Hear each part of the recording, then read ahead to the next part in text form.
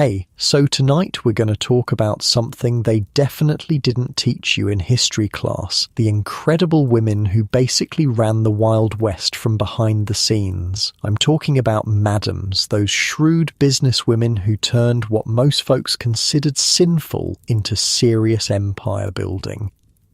Oh, and if you're enjoying these stories, I'd really appreciate a like or subscribe. Super curious where you're all listening from, so drop a comment with your location and what time it is there. Always blows my mind how people are falling asleep to this all over the world.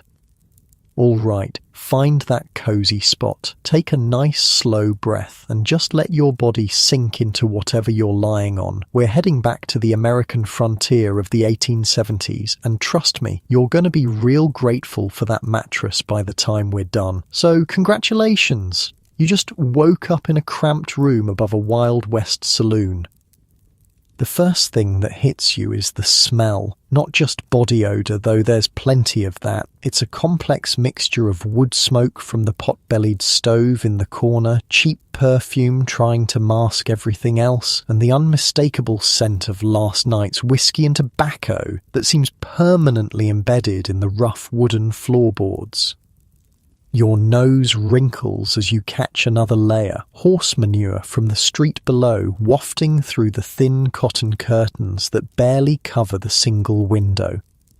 The sounds come next, a piano being tuned somewhere downstairs, the notes repeating and adjusting, the clatter of a wagon passing by on the dusty street, wheels catching on the uneven ground, voices calling to each other, a mixture of English, Spanish, and what sounds like German. A woman's laugh, sharp and practiced, cuts through it all.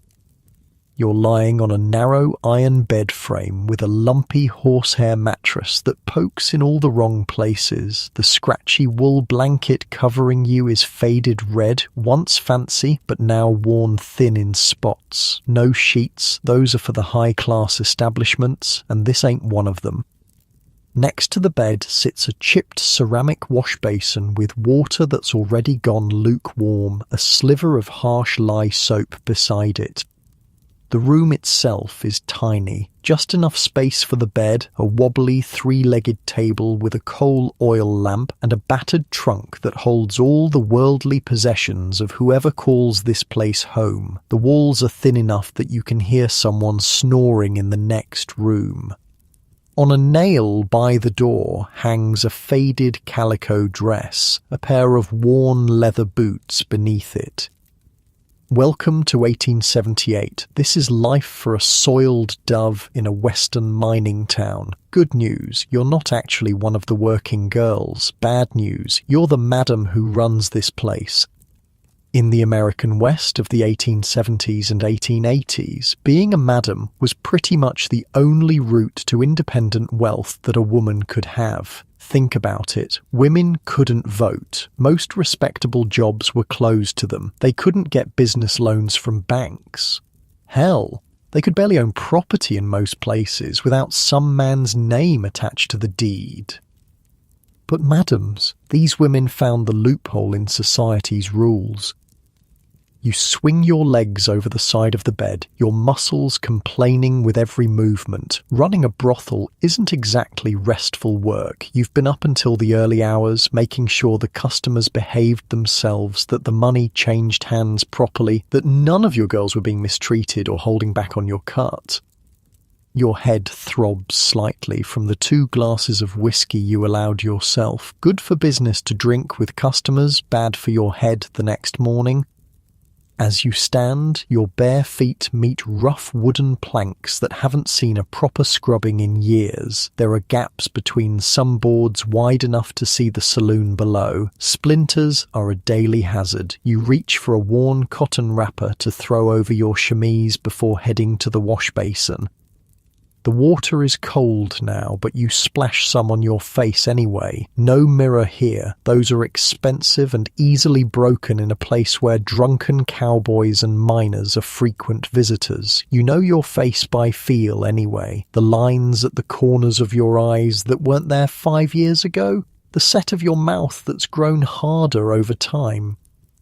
You're 35 now, been running this place for nearly 7 years. Not the fanciest brothel in town, but not the worst either. You've got 6 girls working for you, 3 in rooms along this narrow hallway, 3 more in the small building out back. Most madams in town started out as working girls themselves.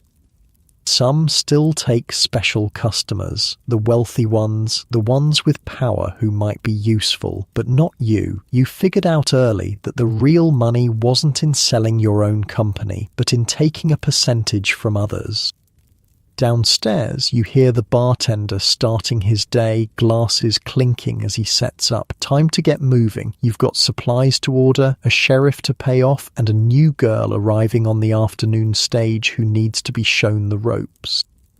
You pull on a dark blue skirt and white shirtwaist, practical clothes for the business side of your day. Later, you'll change into something more impressive. Silk, if you've got it. Velvet, if you don't. Part of being a successful madam is looking the part. The customers expect it, and appearances matter in this business. The famous madams like Mattie Silks in Denver or Jenny Rogers knew exactly how to use their appearance to project success. If you look successful, you attract a better class of customer and can charge higher prices. It's basic business sense, but with a feminine twist. These women wore the finest dresses, dripped with jewelry, and made sure everyone in town knew they were doing well. Speaking of Mattie Silks, there's a story that when she first arrived in Denver in the 1870s, she rolled into town with 4 girls she'd hired in Kansas City, but they didn't just travel straight there. Mattie was smart. She had what she called a portable boarding house set up in her coach. The girls conducted business at every mining camp along the way. By the time they reached Denver, they'd already made enough to set up shop in style. That's the kind of thinking that separated successful madams from the rest. They saw opportunities where others just saw hardship. You tighten the laces of your boots, wincing as they press against a blister from yesterday. Comfortable footwear isn't really an option in your line of work. The dainty boots with their pointed toes and 2-inch heels are murder on your feet, but they're part of the uniform. At least you're not wearing the corset yet. That torture device can wait until evening. As you finish dressing, your mind runs through the accounts. Last night was profitable. A payday for the mines means free-spending customers. You keep the books yourself, not trusting anyone else with the figures. In your bottom drawer, under a false panel, sits a leather-bound ledger with every transaction carefully noted. Another book, the one you'd actually show if some do-gooder lawman came asking questions, sits in plain sight with considerably smaller numbers. Most successful madams were excellent with money. They had to be. Jenny Rogers, the queen of the row in Denver, invested her brothel earnings into the city's irrigation and reservoir infrastructure, turned a tidy profit on that too. Mattie Silks bought real estate all over Denver. By the time she retired, she owned half a block of prime downtown property. The system worked like this. A girl might charge $5 for her company. That same $5 covered her room and board at your establishment. Anything she made beyond that basic amount could be used for clothes, medicine, or saved for the future. But some madams weren't that generous. If a girl didn't make a minimum, she might find herself out on the street. Business was business after all. You weren't that harsh. You understood that everyone has off nights or times when they're under the weather, but you did take 50% of everything your girls made, providing room, board, some protection, and an established clientele in return. Beyond the basic exchange of services, there was alcohol, lots of it, watered down and marked up by as much as 60%. That's where the real money was. Get the customers drinking, get them paying for drinks for the girls, which were mostly coloured water, and the profits rolled in. Some saloon girls earned commissions on the drinks they sold, but that money usually went right back to the madam to cover the cost of fancy clothes or other necessities. You make your way downstairs, each step on the narrow staircase creaking loudly enough to announce your arrival. The saloon is quiet this early, just the bartender wiping down the already spotless bar top with a rag that's seen better days. He nods at you respectfully. He knows who signs his pay vouchers. "Morning, Ms. Catherine," he says, using the name you've adopted for your business dealings. Your real name hasn't passed your lips in years. Most madams operated under assumed names. It was safer that way. "Morning, Thomas. Any trouble after I turned in?" you ask, surveying the room for damage from last night's festivities. "Nothing worth mentioning. Had to escort Mr. Wilson home again. Man can't hold his liquor worth a damn." You nod, making a mental note to suggest to Mr. Wilson's wife that she might want to keep a closer eye on her husband's whereabouts. Not that you'd actually say anything. Discretion is another cornerstone of your business, but it's good to keep track of which customers might become problems. The saloon itself is fairly typical for a mining town. Long bar along one wall, scarred from years of bottles and glasses and occasionally knives. A dozen small tables with mismatched chairs. A small raised platform at the far end serves as a stage for the piano player and occasionally a singer, if you can find one who won't rob you blind. The walls are decorated with faded prints of racehorses and hunting scenes torn from Eastern magazines, plus a large cracked mirror behind the bar that makes the room look twice as big. It's not the House of Mirrors in Denver, with its ceiling-to-floor looking glasses and velvet furniture, but it serves its purpose. Men don't come here for the decor anyway. A sharp knock at the back door pulls you from your thoughts. It's too early for customers. Must be the supply wagon, with the weekly delivery of whiskey and beer. "I'll get it," you tell Thomas, heading toward the storeroom. It's not the supply wagon. Instead, you find yourself face to face with Sheriff Mills, his expression grim beneath his bushy moustache. Your heart sinks. This can't be good news. "Morning, Catherine," he says, removing his hat. At least he's being polite. That's something. "Sheriff, what brings you by so early? Our usual arrangement isn't due until Friday." The arrangement being the monthly payment that ensures the sheriff finds more important things to do than raid your establishment. Not about that. There's been some trouble over at Lily's place.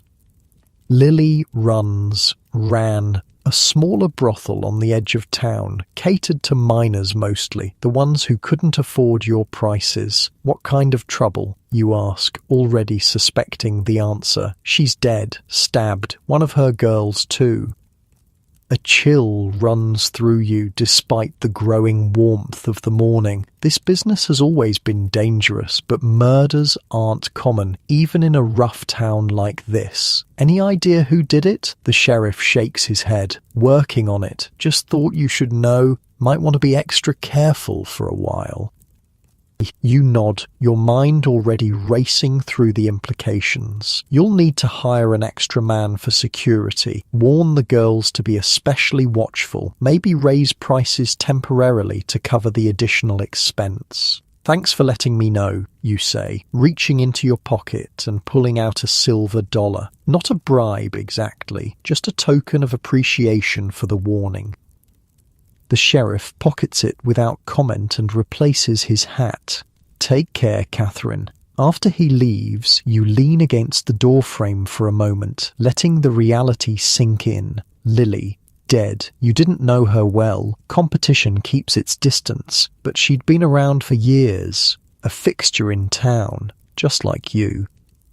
It's a stark reminder of the precarious position you occupy. For all the money you've made, for all your business acumen and careful planning, you're still just a madam in a town that tolerates your presence but would shed no tears at your passing.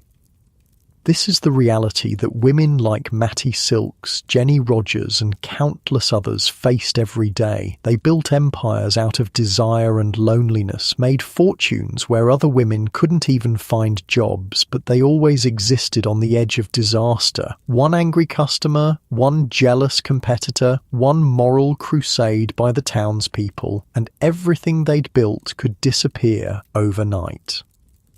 Yet they persisted, they expanded their businesses, paid off local politicians, and added legitimacy to their trade however they could. Mattie Silks managed to acquire a liquor license in 1885, something nearly unheard of for a woman-owned business at the time. You straighten up and head back into the saloon. No time for dwelling on what might happen. There's business to attend to. You settle at a small desk in the corner to review last night's receipts. The numbers are good, another month like this, and you can afford to replace the cracked window upstairs and maybe get that new piano you've been eyeing. Music brings in customers, and customers bring in money. The economics of running a brothel in the Wild West were straightforward but required careful management. Alcohol sales provided steady income. Special services brought in larger sums but were more irregular. Rooms could be rented by the hour or the night, depending on the customer's needs and wallet size. Everything had its price, clearly established and non-negotiable. As you tally figures in your ledger, you can't help thinking about what Sheriff Mills said. Lily's death is a reminder of how quickly things can change in this business. You've been putting aside money for years now, hoping to eventually buy a small property somewhere quiet, somewhere no one knows your history. Most madams dreamed of retiring before age caught up with them. Few managed it. The famous Pearl de Vere of Cripple Creek tried to maintain her business well into her 30s, throwing elaborate parties and charging astronomical sums for her company. She died of a morphine overdose in 1897 after one such celebration. Jenny Rogers ran her House of Mirrors into the early 1900s, but the life took its toll on her health and spirit. You look up from your calculations as the front door opens, letting in a shaft of bright morning sunlight. One of your girls, Sadie, enters carrying a basket of fresh bread from the bakery down the street. The smell hits you immediately, yeast and flour and warmth momentarily overpowering the lingering odours of stale beer and tobacco. Morning, she calls cheerfully. At 22, Sadie still has the energy and optimism that you sometimes envy. She hasn't been in the business long enough for it to wear her down yet. Morning, you reply. Any news from town? Sadie sets the basket on the bar and begins unpacking the loaves. Mrs. Peterson at the bakery says her husband's thinking of running for mayor, and the Marshall boys got into another fight at the Silver Dollar last night. Oh, and the stage is running late today. Wheel trouble outside of Carson City. You nod, making a mental note about the delayed stage. Your new girl will be arriving late then. More time to prepare. Sadie continues chatting as she arranges the bread, sharing all the gossip she's picked up on her morning errand. This is another valuable service your girls provide. Information. In a town where everyone has secrets, knowing who's doing what with whom is currency all its own. You let her talk while your mind drifts to the practicalities of the day ahead. There's the new girl to settle in, a delivery of proper French champagne supposedly arriving for your wealthier customers, the monthly doctor's visit to arrange. You insist on regular health checks for all your employees, something not every madam bothers with. The life of a Wild West madam was part businesswoman, part mother figure, part warden. You managed personalities and profits with equal care. You settled disputes, nursed the sick, protected your girls from abusive customers, and still had to maintain the facade of genteel hospitality that kept the money flowing.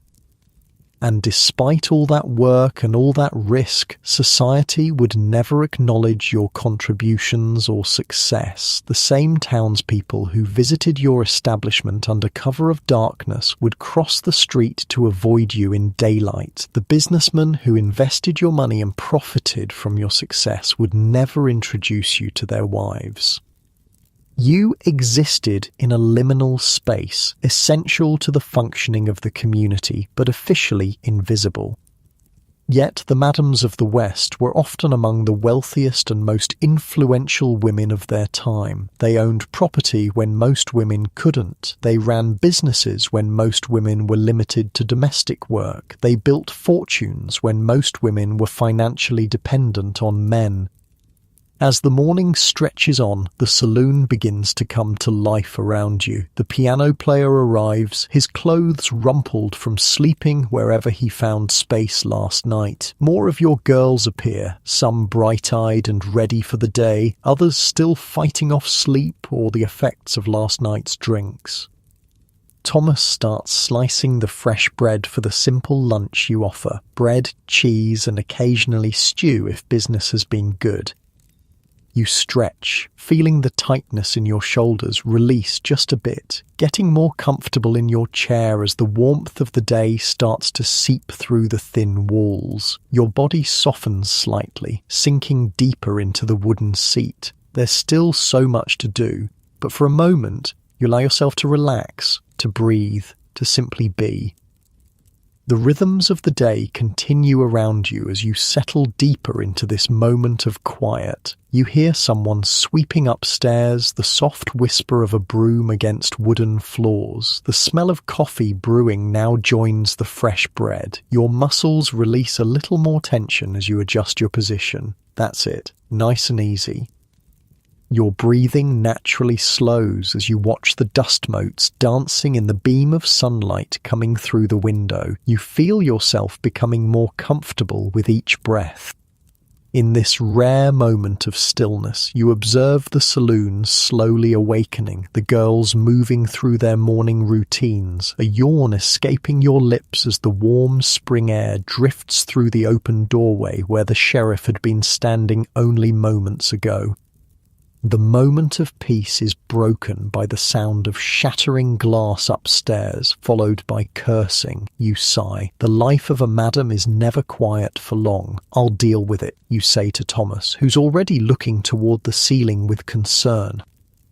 The stairs creak under your boots as you climb back to the second floor. The noise came from Rose's room. She's one of your newer girls, barely 20, with a temper that flares hot and fast. Everything all right in there? You call through the thin door. Fine, comes the sharp reply, followed by the sound of something else breaking. You don't bother knocking. As madam, every room in this establishment is yours to enter as needed. The door swings open to reveal Rose, standing amid the shards of what used to be a porcelain wash basin. Her face is flushed, eyes bright with anger or tears or both. Want to tell me what that was about? You ask, careful to keep your voice neutral. You've learned that in this business, judgment only makes situations worse. Johnny Wilson promised to take me away from here, she says, her voice cracking. Said he was saving up to buy us a little place outside of town. Then I saw him this morning heading into the stagecoach office with Martha from the millinery shop. They had bags packed. You've heard this story before. Different names, different details, but always the same ending. Some customer makes promises to a girl, fills her head with dreams of respectability and escape, then disappears. Sometimes they just leave town. Sometimes they show up again next payday, pretending the promises were never made. That basin's coming out of your earnings, you say, because business is business, but your tone is gentler than your words. Get cleaned up and come downstairs for some breakfast. I've got a new dress that might fit you. Green silk would look good with your hair. It's a small kindness, but in this world, small kindnesses are sometimes all you can offer. Rose nods, wiping at her eyes with the back of her hand. back downstairs, you find more of your girls have emerged from their rooms. Lucy, the oldest at 29, is helping Thomas slice bread. Mary and Beth, sisters who came west after their parents died in a factory fire back east, are sweeping the floor and arranging chairs. Everyone has a job to do before the customers arrive later. This was how the better brothels operated, like well-managed households. The women weren't just there for the customers' pleasure. They maintained the establishment, prepared food, kept the place clean and orderly. Some madams insisted their girls learn to read and write, to speak properly, to discuss current events. The more accomplished the girls, the higher the prices that could be charged. Jenny Rogers was famous for being selective about her soiled doves. She chose only the most attractive, well-mannered young women for her house of mirrors. She clothed them elegantly, housed them in luxurious surroundings, and charged accordingly. Her establishment became known as one of the finest brothels in the West, attracting wealthy businessmen, politicians, and visitors who wanted more than just a quick transaction. Your place isn't quite that fancy, but you have standards. Your girls don't work if they're sick or injured. They get regular medical examinations. You don't allow excessive drinking while they're working, and you keep a close eye on customers who might become violent. Not every madame was so careful, but you learned early that healthy, content employees are good for business. A knock at the front door interrupts your thoughts. It's still too early for regular customers. "I'll get it," Lucy says, wiping her hands on her apron before crossing to the door. She returns a moment later with a young woman who looks like she hasn't slept in days. Her dress, once good quality, is travel-stained and crumpled. She clutches a small carpet bag with white-knuckled hands. "Says she's looking for work," Lucy explains, giving you a quick up-and-down assessment of the newcomer with her eyes. "I'm Catherine," you say, extending your hand. "I run this establishment." "Emily," the young woman replies, her voice barely above a whisper. Her handshake is limp, uncertain. "Emily Mitchell." "Well, Emily Mitchell, you look like you could use a hot meal and a wash before we discuss anything else. Lucy, show her to the back room and find her something clean to wear." As Lucy leads the nervous young woman away, you wonder what her story is. Most girls don't choose this life as their first option. They come to it through necessity, desperation, or lack of alternatives. Some are widows with no means of support. Some have been abandoned by husbands or lovers. Some are running from abusive homes. Some were introduced to the trade by mothers or sisters already in it. In the harsh reality of the American frontier, women had few options for independence. They could marry, teach school if educated enough, work as maids or laundresses for pitiful wages, or enter the sporting life. For a woman alone in the world, especially one without family or connections, the choice often wasn't much of a choice at all. An hour later, Emily sits across from you at one of the saloon tables, now dressed in a borrowed dress of Lucy's that's too large for her slight frame. She's eaten a bowl of stew and half a loaf of bread like someone who hasn't seen a proper meal in days. Some colour has returned to her pale cheeks. "So," you say, pouring her a cup of coffee from the pot Thomas has brought over, "tell me what brings you here."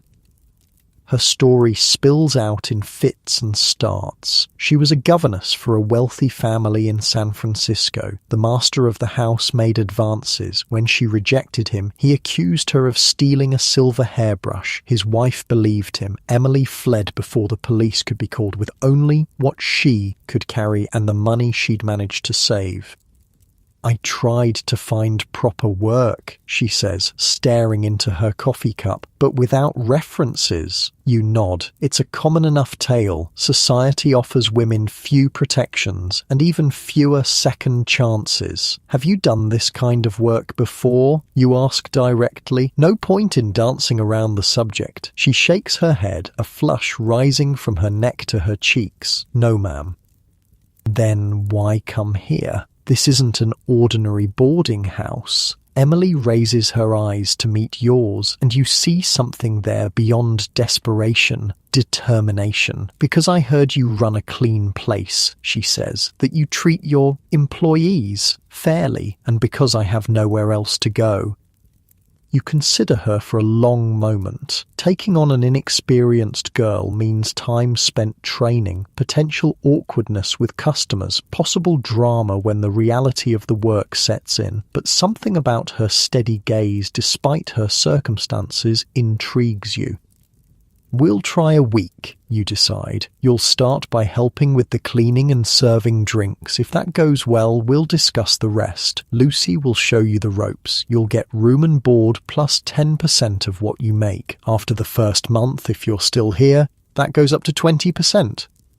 It's a fair offer. Better than many madams would make, but still heavily weighted in your favour. This is a business after all, not a charity. Emily nods, relief washing over her features. Thank you, I won't disappoint you. See that you don't, you reply, rising from the table. Lucy will show you where you'll sleep.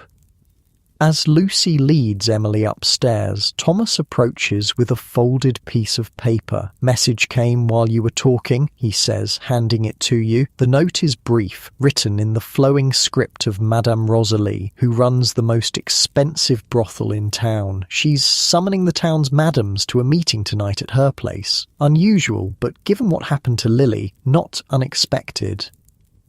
The madams of a town, while competitors, often maintained a wary alliance. They set prices together to prevent undercutting. They warned each other about violent customers. They sometimes shared the cost of bribing officials or hiring protection. Like any business leaders, they recognized that some forms of cooperation benefited everyone.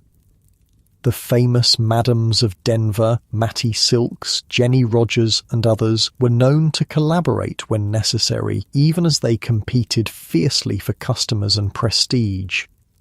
When the city council tried to shame them by requiring prostitutes to wear yellow ribbons, they turned the ordinance on its head by dressing entirely in yellow from head to toe, creating a spectacle that eventually forced the council to rescind the order. You fold the note and tuck it into your pocket. The meeting will mean leaving the saloon during evening hours. Not ideal, but necessary. You'll have Thomas watch things while you're gone. The day progresses with the usual tasks. You review supplies with Thomas, making note of what needs ordering. You settle a minor dispute between Mary and Beth over a borrowed hairpin that escalated into accusations about a stolen customer. You review the books again, considering whether it's time to raise prices. The new mining operation that opened north of town has brought in workers with money to spend. By late afternoon, the saloon is ready for business. The floors have been swept, the spittoons emptied and cleaned, the bar stocked. Fresh sawdust has been scattered across the floor to absorb spills and make cleanup easier tomorrow. The piano has been tuned as best as your regular player can manage with his limited skills. The girls are dressing for the evening, transforming from the practical women who cleaned and cooked all day into the fantasy figures who will entertain tonight. Corsets tightened to create exaggerated hourglass figures, hair arranged in elaborate curls and waves. Rouge applied to cheeks and lips, perhaps a bit of powder to hide blemishes or signs of fatigue. You retreat to your own room to change as well. The practical business clothes of the day are replaced by a gown of deep burgundy satin, still elegant despite being several years out of fashion. A gold locket hangs at your throat, a gift from a customer years ago who had more money than sense. Your hair, showing threads of grey now, is pinned up in a style that suggests sophistication without trying too hard for youth. The transformation isn't just physical. As you dress, you feel yourself becoming the persona your customers expect, worldly, slightly detached, with a seen-it-all air that somehow remains approachable. Being a madam is a performance as much as it is a business position. By the time you return downstairs, the first customers are already arriving. Miners mostly, their faces still bearing the grime of the day's work despite attempts to wash up. They order whiskey at the bar, their eyes roving over the girls who have positioned themselves strategically around the room. You make your rounds, greeting regulars by name, introducing yourself to newcomers. Your manner is warm but reserved. You are friendly but not familiar. You laugh at their jokes but maintain a certain distance. This careful balance is part of your role. Accessible enough to make them comfortable spending money, remote enough to command respect. The evening proceeds as most do. Drinks flow. The piano player pounds out popular tunes, occasionally joined by Rose, who has a surprisingly sweet singing voice when she's not breaking basins. Men pay for dances with the girls, which sometimes lead to more private transactions upstairs. You oversee it all with a practiced eye, intervening only when necessary to maintain order.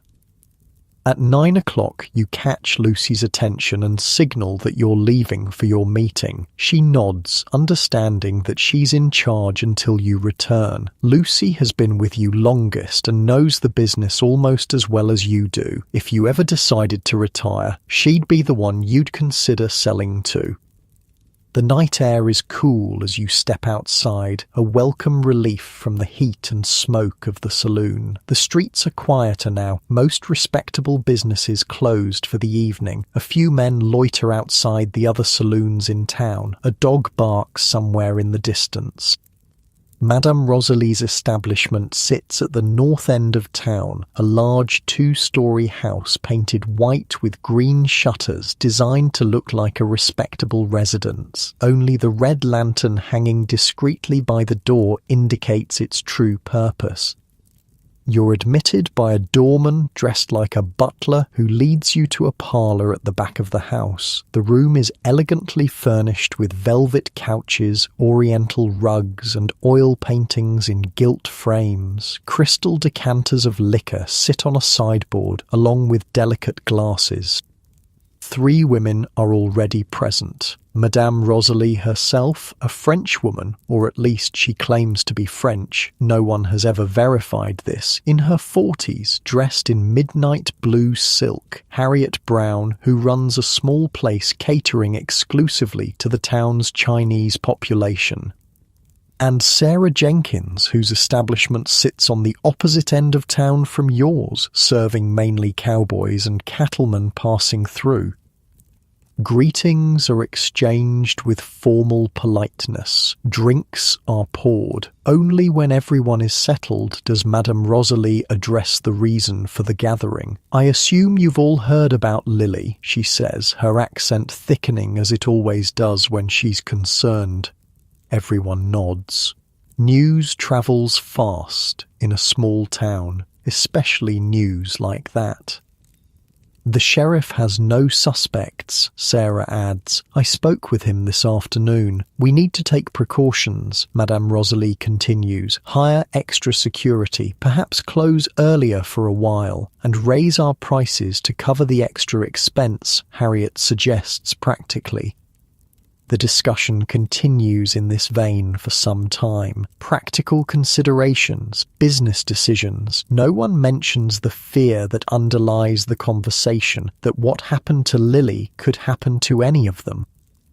Despite the wealth they accumulated, despite the power they wielded in their own domains, madams existed in a precarious position. They operated outside the protection of the law while simultaneously being subject to its penalties. They were essential to their communities yet scorned by polite society. They were entrepreneurs in an era when women weren't supposed to have business acumen. Many, like Jenny Rogers and Matty Silks, tried to gain respectability through charitable works. They donated to churches, orphanages, and hospitals. They bought clothes and school supplies for poor children. They contributed to civic improvements, but acceptance remained elusive. The money was welcomed, the women themselves were not. The meeting concludes with agreements about new security measures and a pact to share information about any suspicious customers. As you prepare to leave, Madame Rosalie draws you aside. "Catherine, a word," she says, guiding you to a quiet corner. "What is it?" you ask, noting the concern in her eyes. "I heard a rumour that Lily had been keeping a book. Names, dates, special requests, the sort of information that could ruin a man's reputation. You feel a chill that has nothing to do with the evening air. You think that's why she was killed?" Madame Rosalie shrugs elegantly.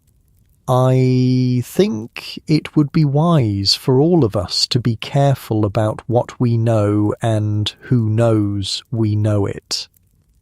The warning sits heavily as you make your way back through the quiet streets to your own establishment. Madams often accumulated secrets as valuable as currency. Jenny Rogers once blackmailed a local politician by threatening to expose him as a frequent customer, earning herself $17,000 in the process. A fortune at the time, but such knowledge could be dangerous as well as profitable.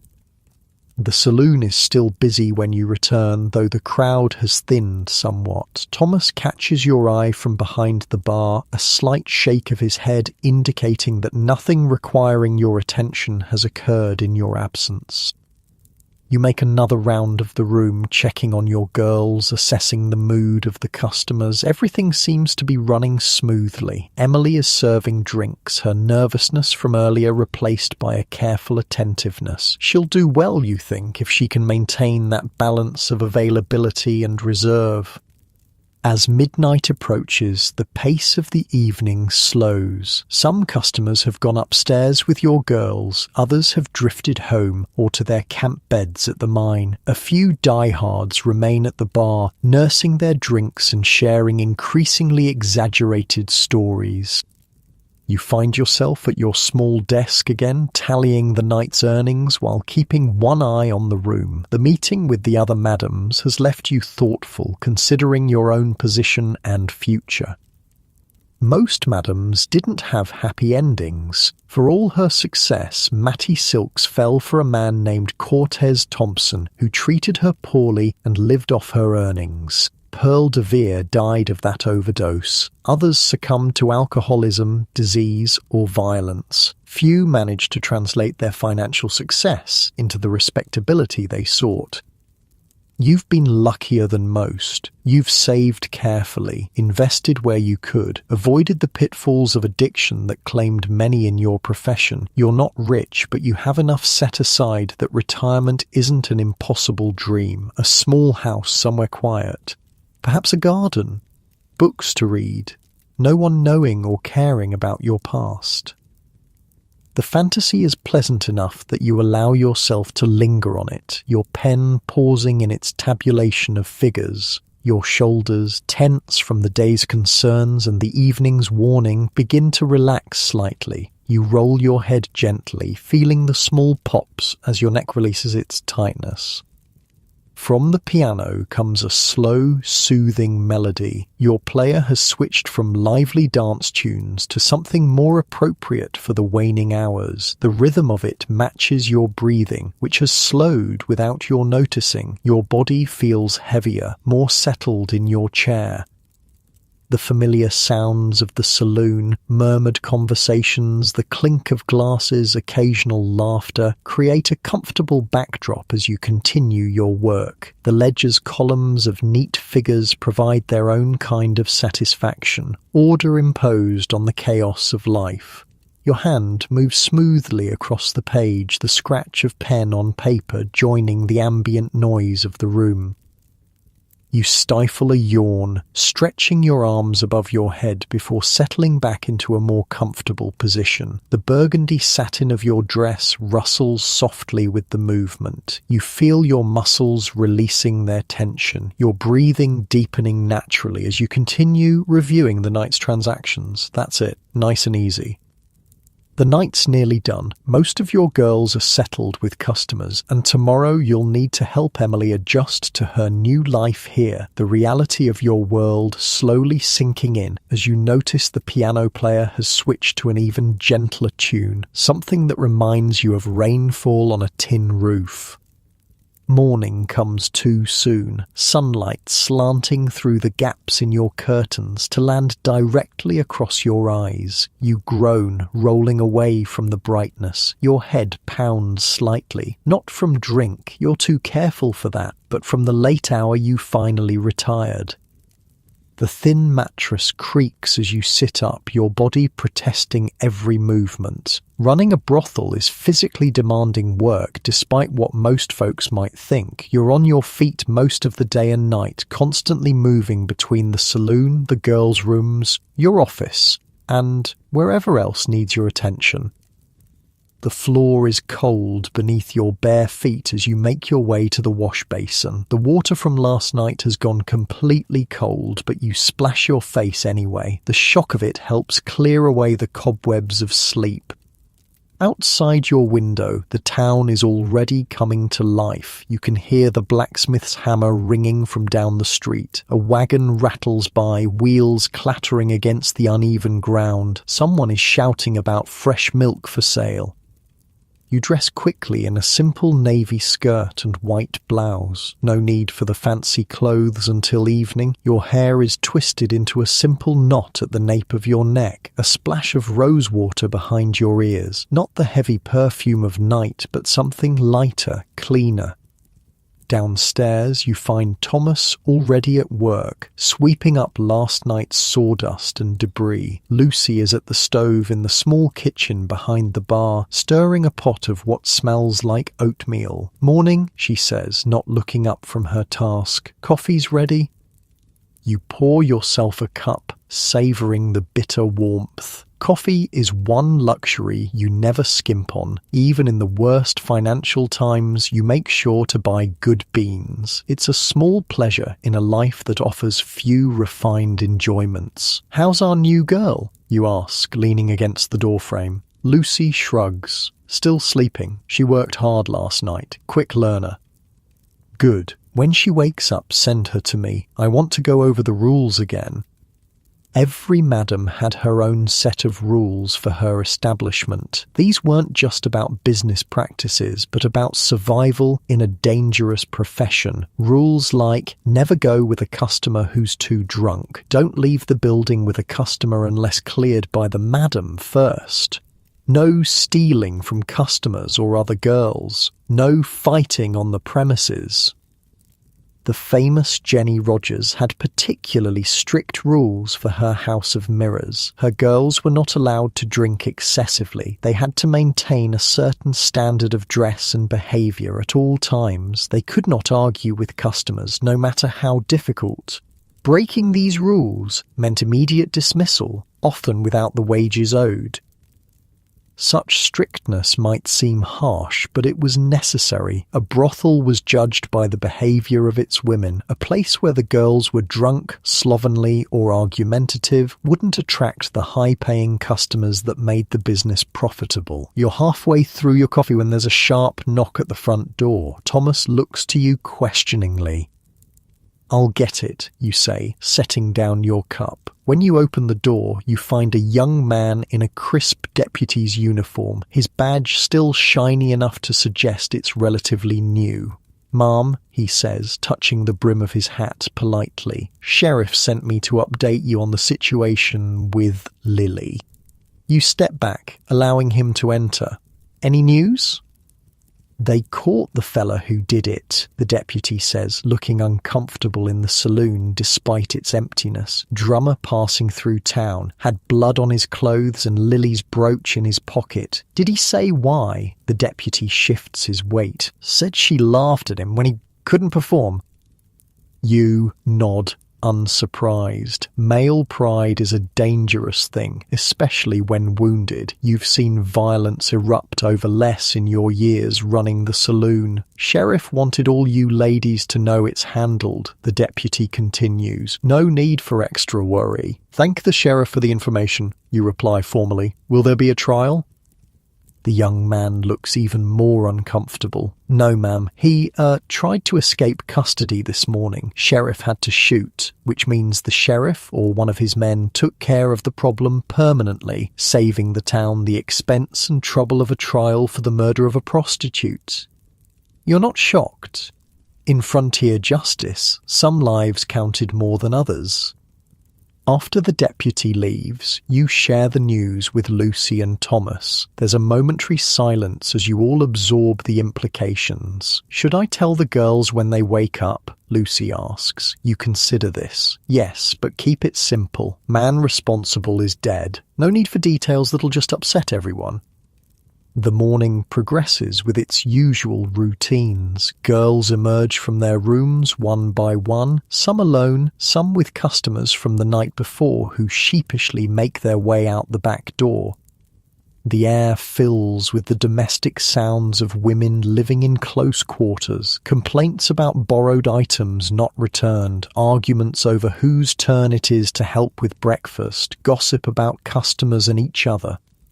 Emily appears last, her borrowed dress wrinkled from sleep. She looks better than yesterday, less desperate, more composed. Her eyes find you across the room, and she makes her way over. Madame Catherine, she says formally, Lucy said you wanted to see me. Yes, you reply, gesturing to a table in the corner where you can have some privacy. Sit down.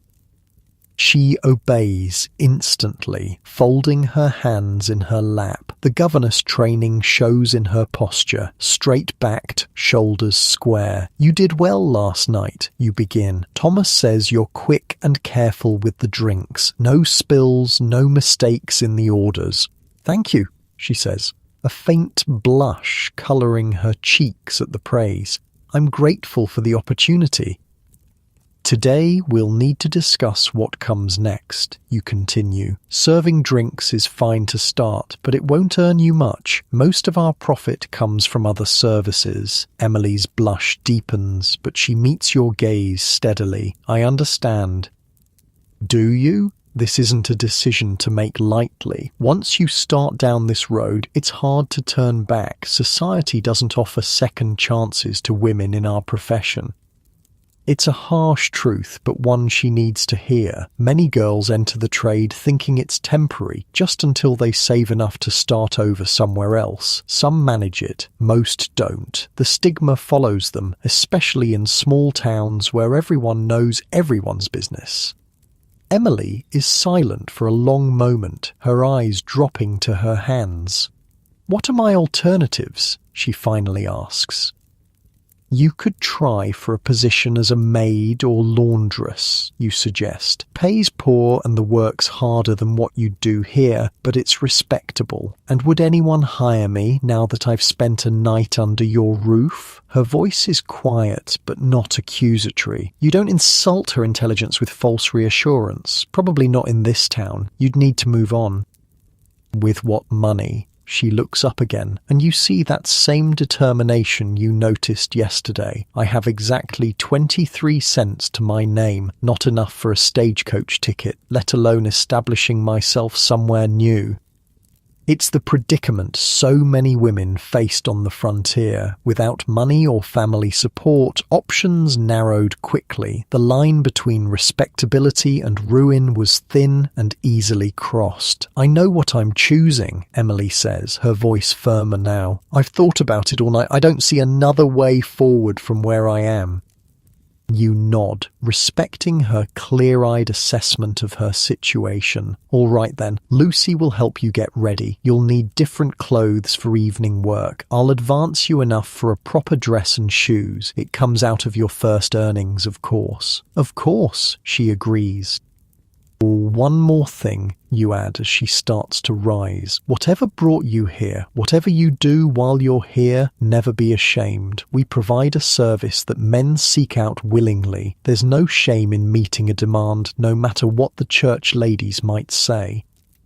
It's the same advice Mattie Silks reportedly gave to her new girls. Pride was essential armour in this business. Without it, the judgment and scorn of society could crush a woman's spirit entirely. Emily nods, a small smile touching her lips. Yes, ma'am.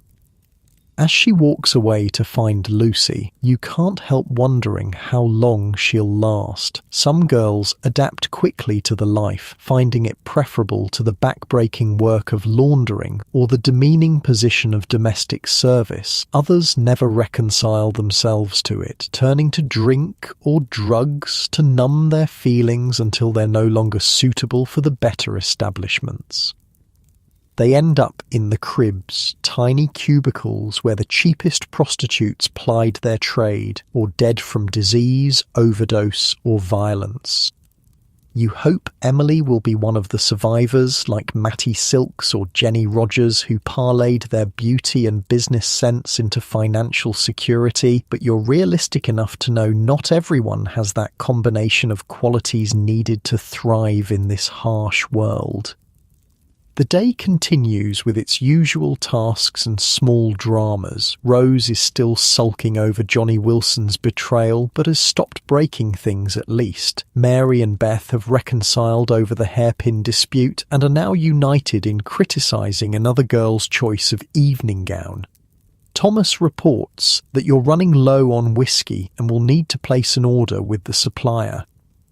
Around midday, a visitor arrives, Dr. Harrison, making his monthly rounds to check on the health of your girls. He's an older man, his hair more salt than pepper now, with a permanently stern expression that softens only slightly when addressing you directly. Catherine, he greets you with a nod. The usual examinations, I presume.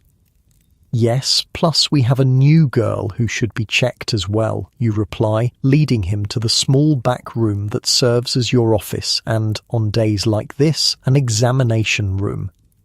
Dr. Harrison is unusual among frontier physicians in his willingness to treat prostitutes at all, let alone make regular preventative visits. Most doctors would only attend to fallen women in emergencies and often charged exorbitant rates for doing so. But Harrison is a practical man. He understands that disease doesn't respect moral boundaries, that infections spread from brothels to respectable homes via the husbands and sons who frequent establishments like yours. His monthly visits are as much about protecting the wider community as they are about caring for your girls.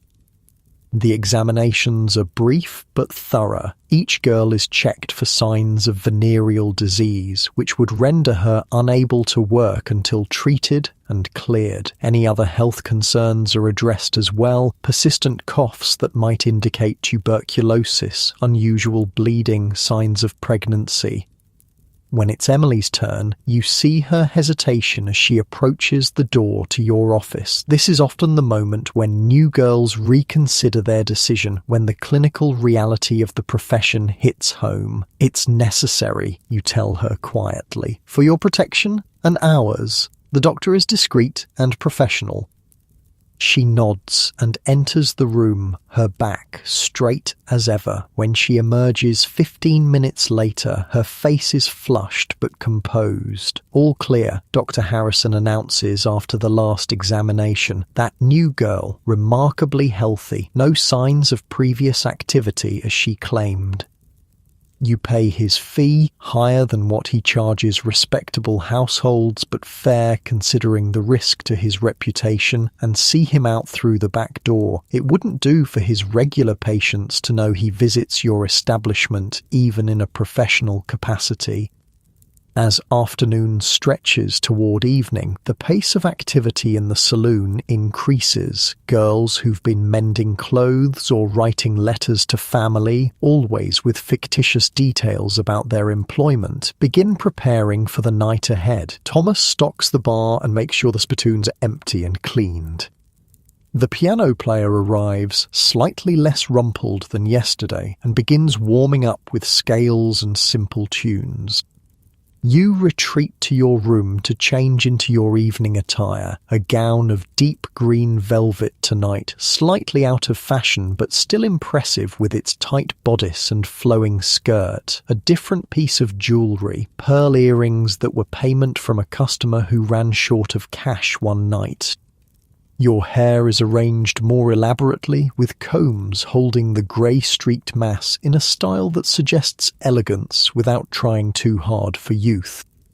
When you return downstairs, you find Emily transformed as well. Lucy has found her a dress of pale blue silk, slightly worn at the seams, but still pretty. Her hair has been curled and pinned up, with a few strategic tendrils left to frame her face. Rouge has been applied to her cheeks and lips, darkening their natural colour just enough to be noticeable in the dim evening light of the saloon.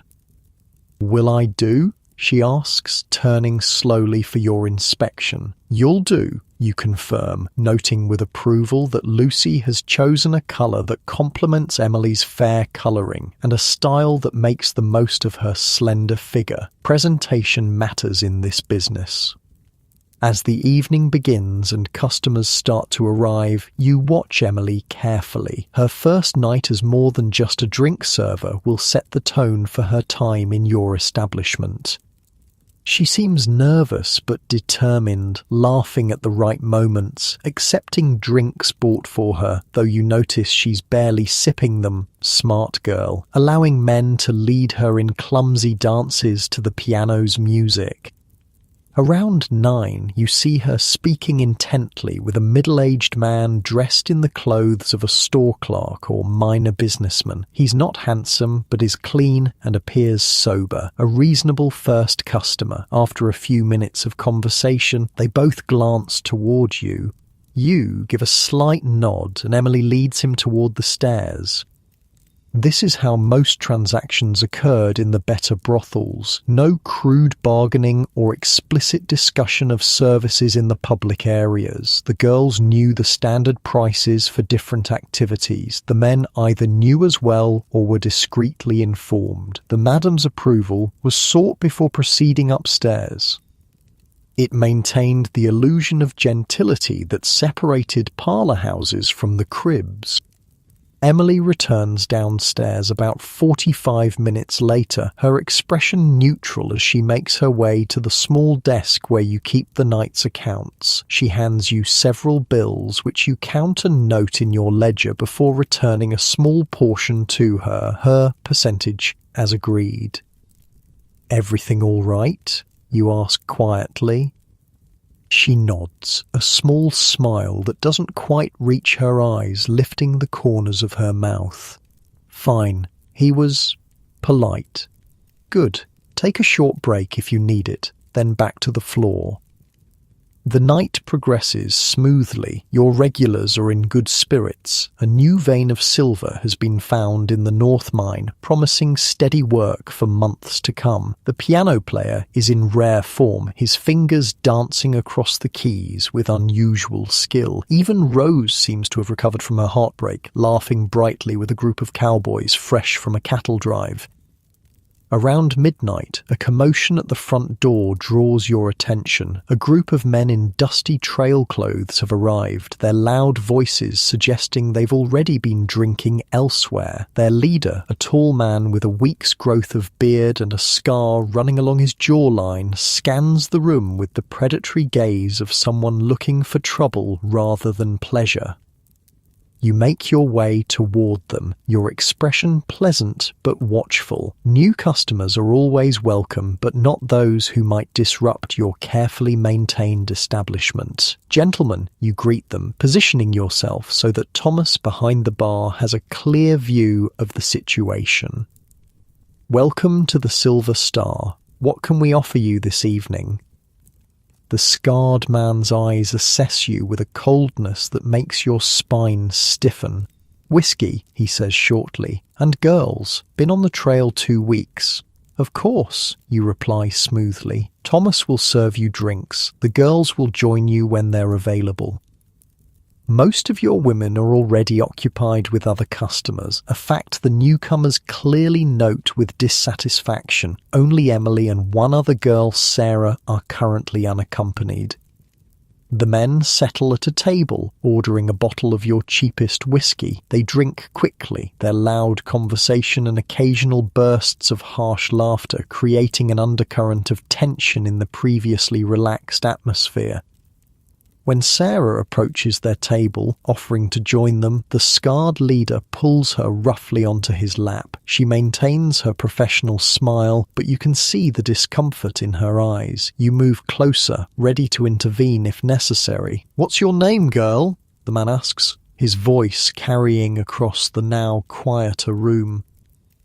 "Sarah," she replies, trying to shift to a more comfortable position on his knee. "Sarah," he repeats, taking another swig of whiskey. "You look like a girl I knew in Abilene. She wasn't friendly enough. Hope you're friendlier." The implied threat hangs in the air. Thomas has moved from behind the bar, positioning himself near the table. Your other customers are watching warily, some edging toward the door. Violence in a brothel was bad for business. It scared away the better class of customer and attracted the kind you didn't want. "Why don't I show you just how friendly I can be?" Sarah suggests, standing and offering her hand to the man. It's a skilled attempt to move the situation upstairs, away from the public area where trouble could spread. For a moment, it seems to work. The man grins and starts to rise. Then his gaze falls on Emily, who is trying to make herself inconspicuous near the piano. "Wait," he says, sitting back down. "I want that one. The new one." Emily freezes, her eyes darting to you in alarm. You move forward smoothly, inserting yourself between her and the scarred man's line of sight. "I'm afraid Miss Emily is not available at the moment," you say firmly. "She's promised to another customer who's just stepped out temporarily, but Sarah here is one of our most popular girls. You'd be fortunate to have her company." The man's eyes narrow, his hand moving to rest on the gun at his hip. "I said I want that one." The atmosphere in the room has changed completely now. Your regular customers are edging toward the exits. The piano player has stopped mid-song. Thomas has moved closer, his hand beneath the bar where you know he keeps a shotgun. These were the moments that defined a madam's authority. How you handled difficult, potentially violent customers determined whether your establishment was seen as safe and orderly or chaotic and dangerous. Matty Silks was known for personally ejecting troublemakers, sometimes at gunpoint. Jenny Rogers employed bouncers to handle problems before they escalated. You don't have bouncers, but you do have Thomas, and you have your own reputation for running a place where the girls aren't mistreated, even by paying customers. "Sir," you say, your voice level but firm, "in my establishment, the girls choose their customers as much as the customers choose them. If you can't accept that, there are other places in town that might better suit your needs." The man stands slowly, his hand still resting on his gun. His companions rise as well, forming a loose semicircle behind him. "Are you refusing to serve us?" he asks, his voice dangerously quiet. "I'm suggesting that your approach might be better received elsewhere," you reply, not backing down despite the fear knotting your stomach. The broken spoke at the edge of town has girls who might appreciate your directness. It's a calculated risk, directing them to your lowest-end competitor. Either they'll leave peacefully to seek easier prey, or the situation will escalate into violence here and now. For a long moment, no one moves. You can hear the tick of the clock behind the bar, the creak of floorboards as someone shifts their weight, your own heartbeat pounding in your ears. Then the scarred man laughs, the sound as sharp and cold as breaking ice. "Fine," he says, tossing some coins on the table. "Keep your fancy whores. Boys, let's find somewhere more welcoming." As they file out, their threatening presence leaving with them, you feel the tension in your shoulders begin to ease. The room seems to collectively exhale. Thomas moves his hand away from whatever weapon he was gripping beneath the bar. "Thank you," Emily says quietly from behind you. You turn to find her pale but composed. "Part of the job," you reply with a shrug that belies the residual fear still coursing through you. "We take care of our own here."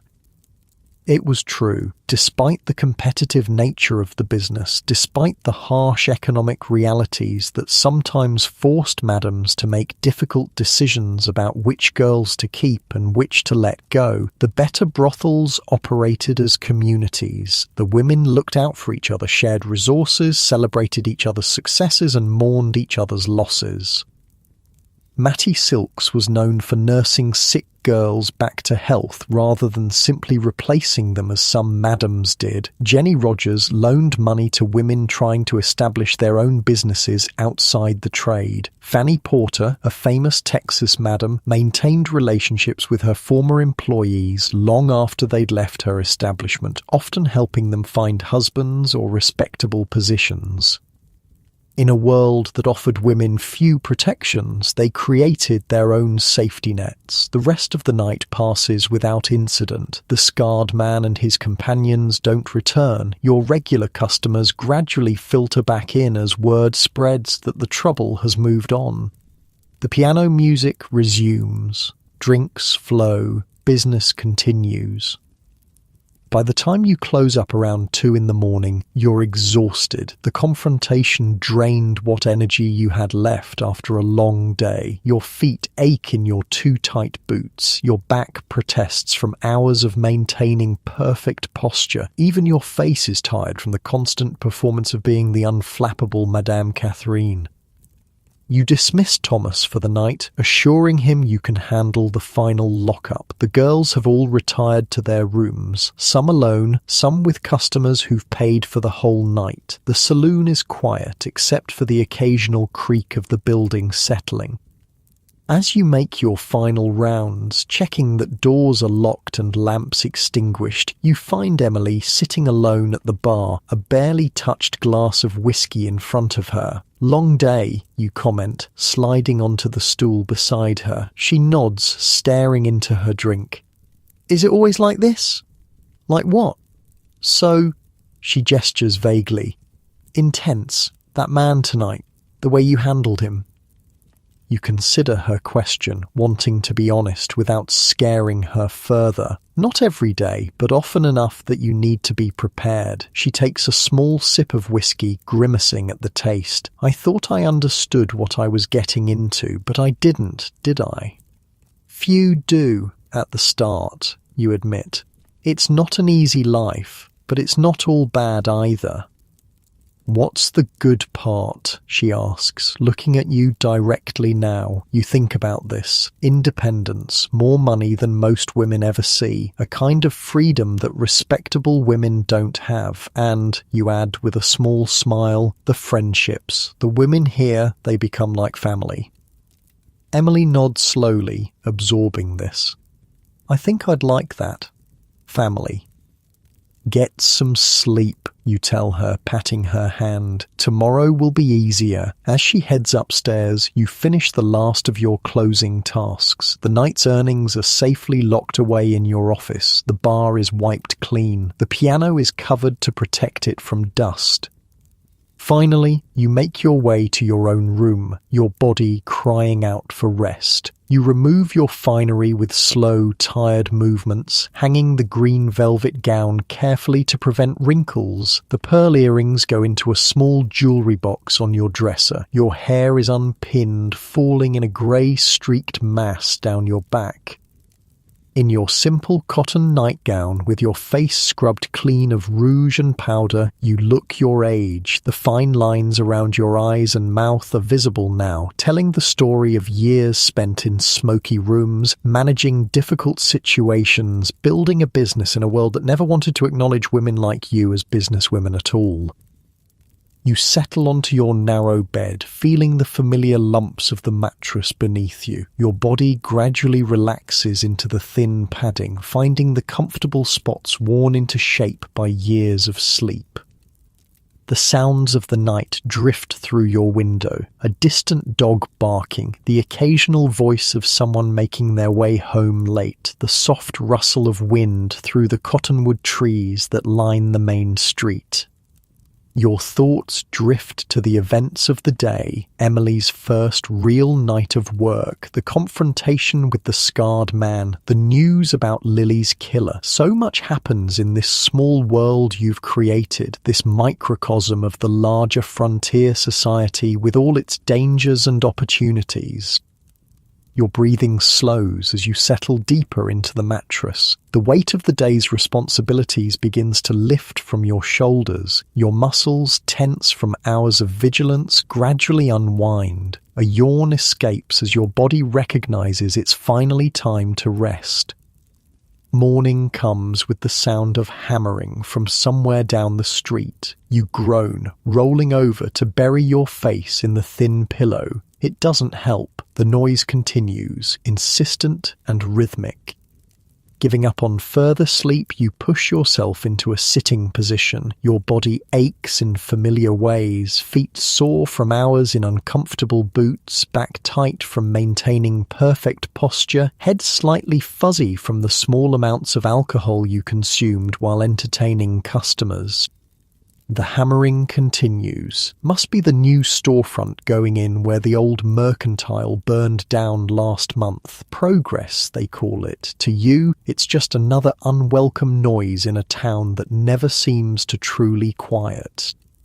You make your way through your morning routine mechanically. Cold water splashed to the face, teeth cleaned with baking soda, hair brushed and pinned, plain day clothes donned. No need for the artifice of evening yet. That transformation will come later.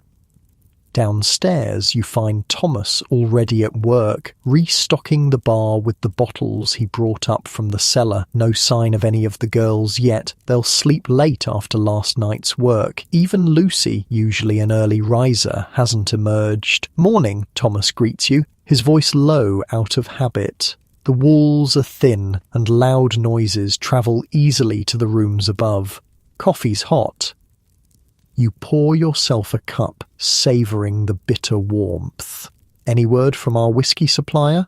"Shipment should arrive on tomorrow's stage," he confirms. "Paid extra for quick delivery." You nod approval. Running out of whiskey would be disastrous for business. Men came to establishments like yours for many reasons, but alcohol was always near the top of the list. "Did we have any trouble after I turned in?" you ask, sipping your coffee. Thomas shakes his head. "Quiet night. That fellow who wanted Emily didn't come back." Relief washes through you. You'd half expected the scarred man to return with reinforcements or a drunken determination to prove his dominance. The fact that he moved on to easier targets is a small blessing. As you settle at your desk to review yesterday's accounts, the front door opens. It's too early for customers, and your girls know to use the back entrance during daylight hours to maintain some semblance of discretion. Sheriff Mills steps inside, removing his hat as his eyes adjust to the dimmer interior. His expression is unreadable, but there's a tension in his shoulders that immediately puts you on alert. "Catherine," he says with a nod, "need a word." You gesture to the chair across from your desk. "What can I do for you, Sheriff?" He sits, placing his hat on his knee. "Had some trouble last night over at the Broken Spoke." The Broken Spoke, the establishment you directed the scarred man and his companions toward. Your stomach tightens. "What kind of trouble?" you ask, though you can already guess. "Man dead. Stabbed." The sheriff's eyes fix on yours. Fella with a scar along his jaw. Despite your dislike of the man, the news sends a chill through you. "I'm sorry to hear that." "I'm sure," Mills says dryly. "Word is you sent him and his boys over there after refusing to serve them." There's no accusation in his voice, just a statement of fact, but you feel defensive nonetheless. They were looking for trouble. Specifically, they were looking to trouble one of my new girls who wasn't interested. I suggested they might find more willing company elsewhere. The sheriff nods slowly. That's about what I figured. Don't worry, you're not in any hot water, just trying to piece together his movements last night. Do you know who killed him? One of Bessie's girls, looks like. Claims self-defense, says he got rough, wouldn't take no for an answer. Bessie ran the Broken Spoke with minimal oversight and even less concern for her employees' well-being. Her girls were often desperate women with few other options, older, addicted to something, or otherwise unable to secure positions in the better houses. Will there be a trial? You ask, though you suspect you already know the answer. Sheriff Mills shrugs. Doubt it. Nobody's too broken up about a stranger causing trouble, and Bessie's already paid the fine for disturbance of the peace. That was how justice often worked in frontier towns. A man's death might warrant investigation, but if the deceased was a troublemaker with no local connections, and especially if he'd been killed by a prostitute defending herself, the matter was usually settled with a fine and, perhaps, compensation to the brothel owner for lost business. Anything else you need from me? You ask, eager to move the conversation along. Association with a death, even peripherally, was bad for business. Just wanted to let you know, Mills says, rising, and to suggest you might want to be careful about who you turn away. Sometimes it's safer to handle trouble in your own place than to pass it along. The advice rankles, but you keep your expression neutral. I'll keep that in mind.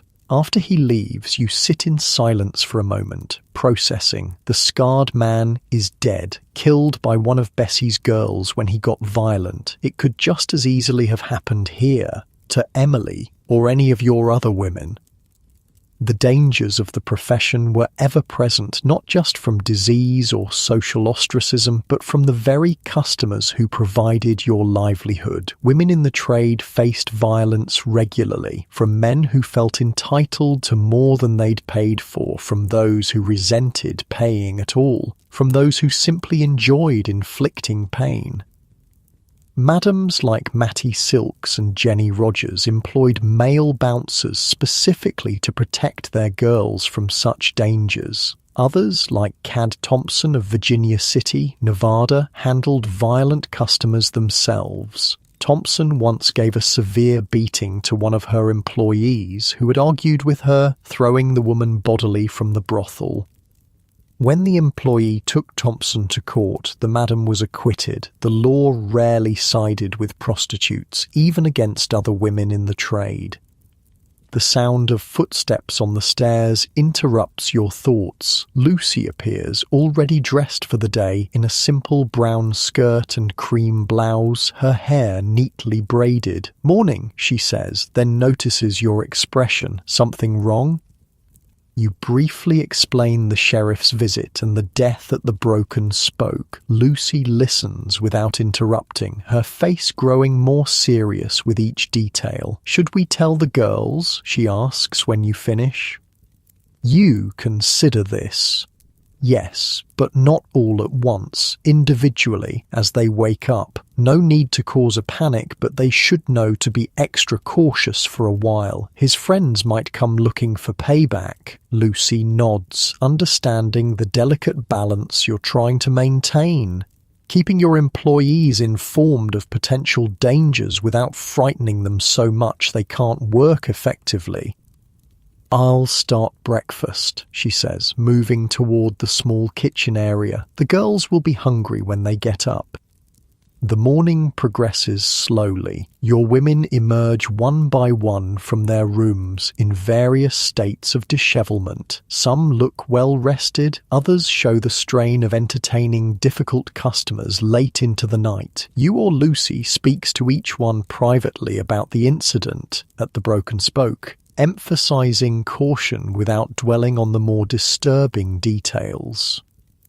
Emily is one of the last to appear, her borrowed dress wrinkled, her hair falling from its pins. She looks younger in the harsh light of morning, more vulnerable. When you pull her aside to explain what happened, her face pales. "That man died because of me?" she asks, her voice barely above a whisper. "Oh no," you say firmly. "He died because he was violent with a woman who defended herself. His choices led to his death, not yours or mine." She doesn't look entirely convinced, but nods anyway. "Will there be trouble for us?" "Possibly," you admit. "The sheriff doesn't think his friends will make much fuss. They were just passing through town, but we'll be watchful for a few days, just to be safe." The frankness with which you discuss potential violence might seem callous to outsiders, but it was simply the reality of life in a frontier brothel. Danger was acknowledged and prepared for, not hidden behind polite fictions. As midday approaches, you send Thomas to the general store with a list of supplies: flour, sugar, coffee, lamp oil, and other necessities for running the establishment. With him gone, you take over bar duties, wiping down the already clean counter and arranging glasses for the evening ahead. Lucy oversees the cleaning of the saloon, floors swept, spittoons emptied and scrubbed, tables wiped down, chairs arranged. The girls who aren't helping with these tasks are upstairs, washing clothes, mending tears in dresses, or simply resting before another long night. This was the rhythm of life in a brothel: evenings of entertainment and commerce, mornings of recovery, afternoons of preparation. The cycle repeated day after day, with only Sundays offering a slight variation when you opened later out of a nod to respectability rather than any genuine religious observance. Around 2 p.m, there's another knock at the door. You tense, remembering yesterday's trouble, but when you open it, you find a young boy holding a letter. "Delivery for Madame Catherine," he says, holding out the folded paper. "Lady at Madame Rosalie said to bring it straight to you, to..." You give the boy a penny for his trouble and close the door before opening the letter. The paper is fine quality, the handwriting elegant, Madame Rosalie's distinctive script.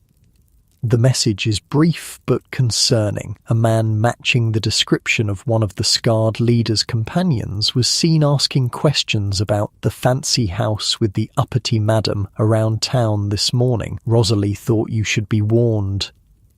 You fold the letter and tuck it into your pocket, considering your options. You could close for the night, citing some excuse, but that would mean a significant loss of income for both you and your girls. You could hire extra security, but reliable men on short notice would be expensive and might create more tension than they prevented.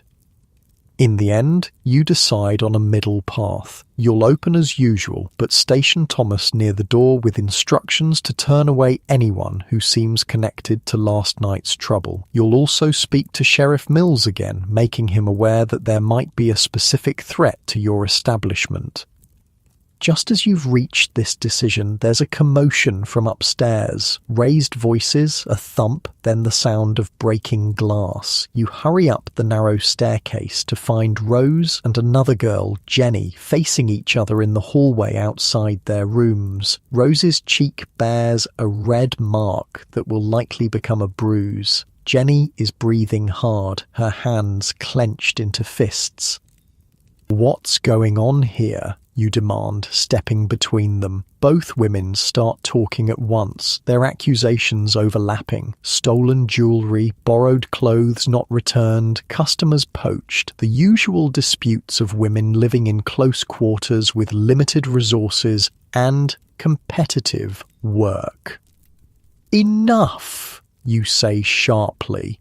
"Rose, go downstairs and have Lucy look at that cheek. Jenny, in your room, now." They obey, though not without final glares at each other. You follow Jenny into her small room, closing the door behind you. "Explain," you say, crossing your arms. Jenny's story pours out in a mixture of justifications and accusations. Rose has been stealing her regular customers by offering services at lower prices. Rose borrowed her blue hair ribbon and returned it torn. Rose has been spreading rumors that Jenny has syphilis to scare away her clients. Some of these complaints might be valid, others are likely exaggerated or entirely fabricated. The truth hardly matters. What matters is maintaining order in your establishment. I don't care who started it, you tell her when she finally runs out of words. I won't have fighting here. It's bad for business and dangerous for everyone. You and Rose will make peace, or one of you will be looking for a new place to work. Understood? Jenny nods sullenly. Yes, ma'am. Good. Now clean up that broken glass before someone steps on it. As you leave her room, you sigh internally. Managing the personalities and conflicts of your employees was one of the most challenging aspects of being a madam. These women came from difficult backgrounds, lived in stressful conditions, and competed for the same limited pool of customers. Their friction was inevitable. Successful madams like Mattie Silks and Jenny Rogers understood this and developed systems for managing these tensions. They assigned specific rooms to their girls, often with the best locations going to those who brought in the most money. They mediated disputes quickly and firmly. They established clear rules about customer ownership. Once a man became a regular with a particular girl, other women in the house knew not to pursue him. The afternoon continues with more mundane tasks. You review the liquor inventory, calculating how long the current supply will last until the new shipment arrives. You mend a tear in the green velvet gown you wore yesterday. You write in your private journal, a habit you've maintained for years, recording the significant events of each day in a cipher of your own devising that no one else could read if they found it. As evening approaches, the atmosphere in the saloon shifts. The domestic activities of the day give way to preparations for business. Girls who spent the afternoon in plain work clothes or dressing gowns now don their finery. Silk dresses in bright colours, corsets tightened to emphasise their figures, hair arranged in elaborate styles. Faces that looked tired or plain in daylight are transformed with rouge, powder, and carefully applied kohl to darken eyelashes and brows. You make your own transformation, changing into a deep blue satin gown that you reserve for busy nights. The colour brings out your eyes and minimises the grey in your hair. A string of glass beads that catch the light completes the outfit. Not real jewels, but convincing enough in the dim evening light of the saloon. Thomas returns from his errands, reporting that he's delivered your message to Sheriff Mills about the potential threat. The sheriff promised to have a deputy walk past your establishment regularly throughout the evening, but made no guarantees about immediate response if trouble occurred. We'll manage, you tell Thomas. Just keep your shotgun loaded and within reach. By 7 o'clock, the saloon is ready for customers. Lamps are lit, casting a warm glow that softens the worn furniture and faded wallpaper. The piano player has arrived and is warming up with scales and simple tunes. Your girls position themselves strategically around the room, some near the bar, others at tables, one leaning against the piano with practiced casualness. The first customers begin to arrive. Miners from the day shift, merchants who've closed their shops for the evening, a few cowboys passing through town. The usual mix of men seeking drinks, company, entertainment, and occasionally something more intimate. You make your rounds, greeting regulars by name, introducing yourself to newcomers, ensuring that drinks are served promptly and that your girls are engaging effectively with the customers. This public role of the madam was as important as the behind-the-scenes business management. You were the face of the establishment, setting its tone and standards. Jenny Rogers was known for her grand entrances, sweeping into her house of mirrors in elaborate gowns that established her status immediately. Matty Silks preferred a more direct approach, moving among her customers with easy confidence, joining card games and drinking with favoured patrons. Each madam developed a persona that suited her personality and business model. Your approach falls somewhere in between, friendly but reserved, accessible but never overly familiar. You laugh at jokes, accept the occasional drink bought for you, but maintain a certain distance that commands respect. As the evening progresses, you keep a watchful eye on the door, tense whenever new customers enter. So far, there's been no sign of the companions of the scarred man, but you can't shake the feeling that trouble is coming. Thomas seems to share your concern, staying closer to the entrance than usual, his hand never far from the bar where you know the shotgun is hidden. Emily appears to have recovered from her earlier distress. She's sitting with an older gentleman who's been a regular for years, a banker who treats the girls well and pays generously, a good customer for her second night. You make a mental note to compliment Lucy on the pairing. She has a knack for matching girls with suitable clients. Around 9, the saloon is nearly full. The piano music has shifted from gentle background tunes to livelier dancing numbers. Several couples circle the small open area in the centre of the room that serves as a dance floor. The noise level has risen with the consumption of alcohol, laughter, conversation, the occasional shout of greeting when someone new arrives. You're just thinking that perhaps your concerns were unfounded when the front door bangs open with enough force to hit the wall behind it. The music stutters to a halt. Conversations die mid-sentence. All eyes turn toward the entrance. 3 men stand there, dusty, trail-worn, with hard eyes and hands hovering near their weapons. You recognize them immediately as the companions of the scarred man from last night. They scan the room, gazes finally settling on you where you stand near the bar. The tension in the room is palpable. Customers draw back, creating a clear path between you and the newcomers. Thomas has moved his hand beneath the bar to where the shotgun is kept, but you give him a slight shake of your head. Starting a gunfight in a crowded room would be disastrous. "Gentlemen," you say into the silence, your voice steady despite the fear curling in your stomach. "What can we offer you this evening?" The man in the centre, older than the others, with a grey-streaked beard and cold blue eyes, steps forward. "You the one who sent Jed over to that other place last night?" No point in denying it.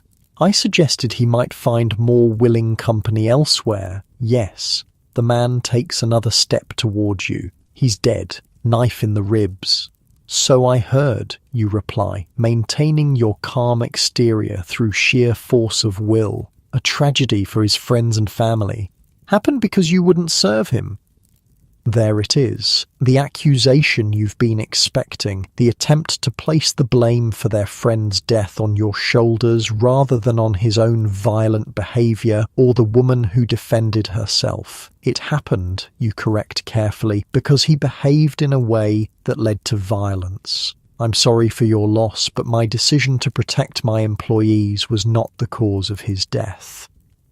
The man's expression darkens. One of his companions mutters something, his hand moving closer to his gun. The few remaining customers are now edging toward the exits, sensing the potential for trouble. Your girls have drawn together in a tight group near the piano, eyes wide with fear.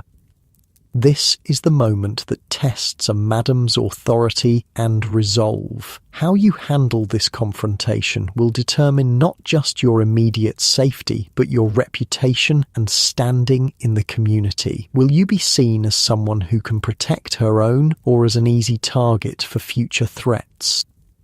Matty Silks once faced down an angry customer with a Derringer pistol when he threatened one of her girls. Jenny Rogers relied on male bouncers to handle such situations, but was known to stand her ground verbally against even the most intimidating men. Cad Thompson of Virginia City fought her own battles, once giving a severe beating to a troublesome customer who refused to pay.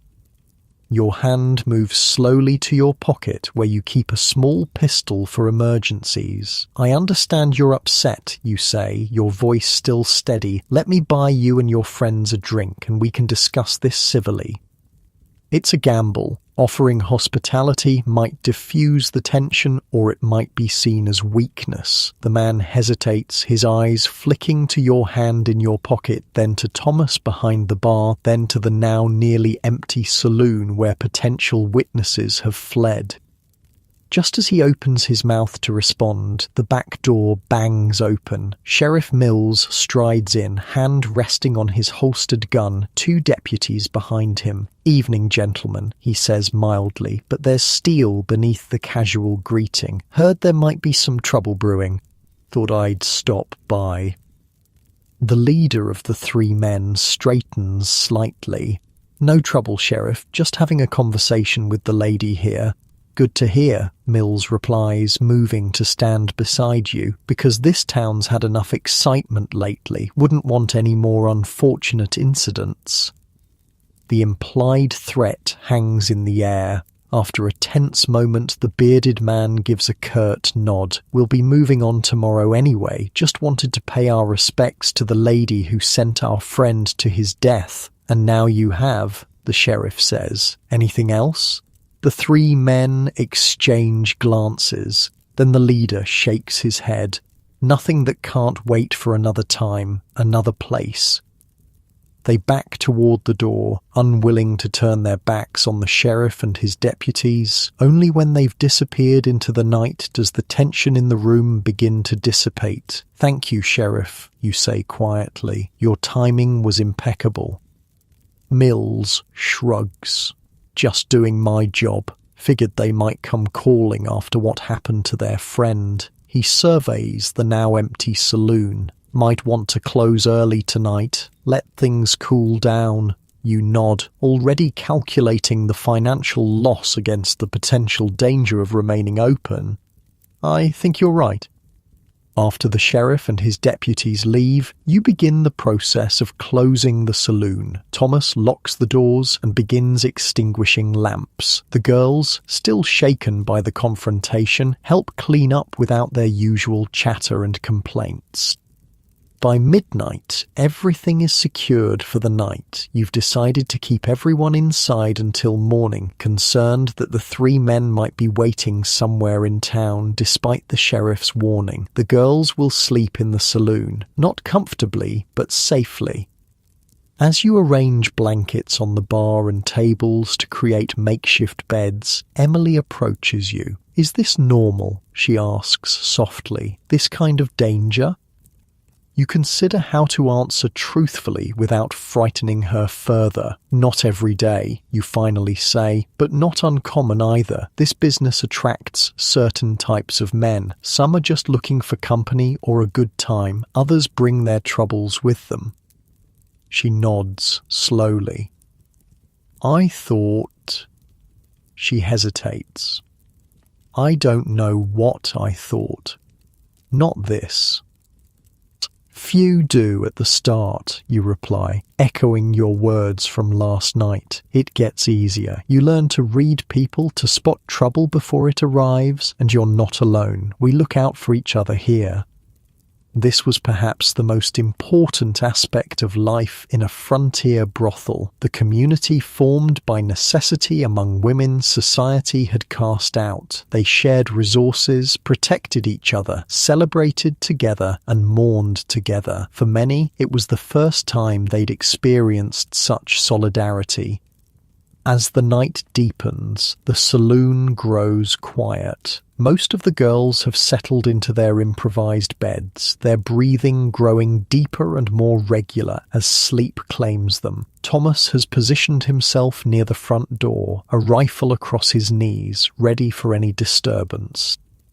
You find yourself at your small desk, too keyed up from the evening's events to sleep despite your exhaustion. Your ledger lies open before you, but the figures blur as your mind replays the confrontation, imagining how differently it might have ended without the sheriff's timely arrival. The small oil lamp casts shadows across the room, creating pools of darkness between islands of warm light. Outside, the town has fallen silent. Even the dogs that usually bark through the night seem to be resting. You lean back in your chair, feeling the tension in your shoulders begin to release slightly. Your breathing slows to match the quiet rhythm of the night. The fear that's been sitting like a stone in your stomach all evening begins to dissolve.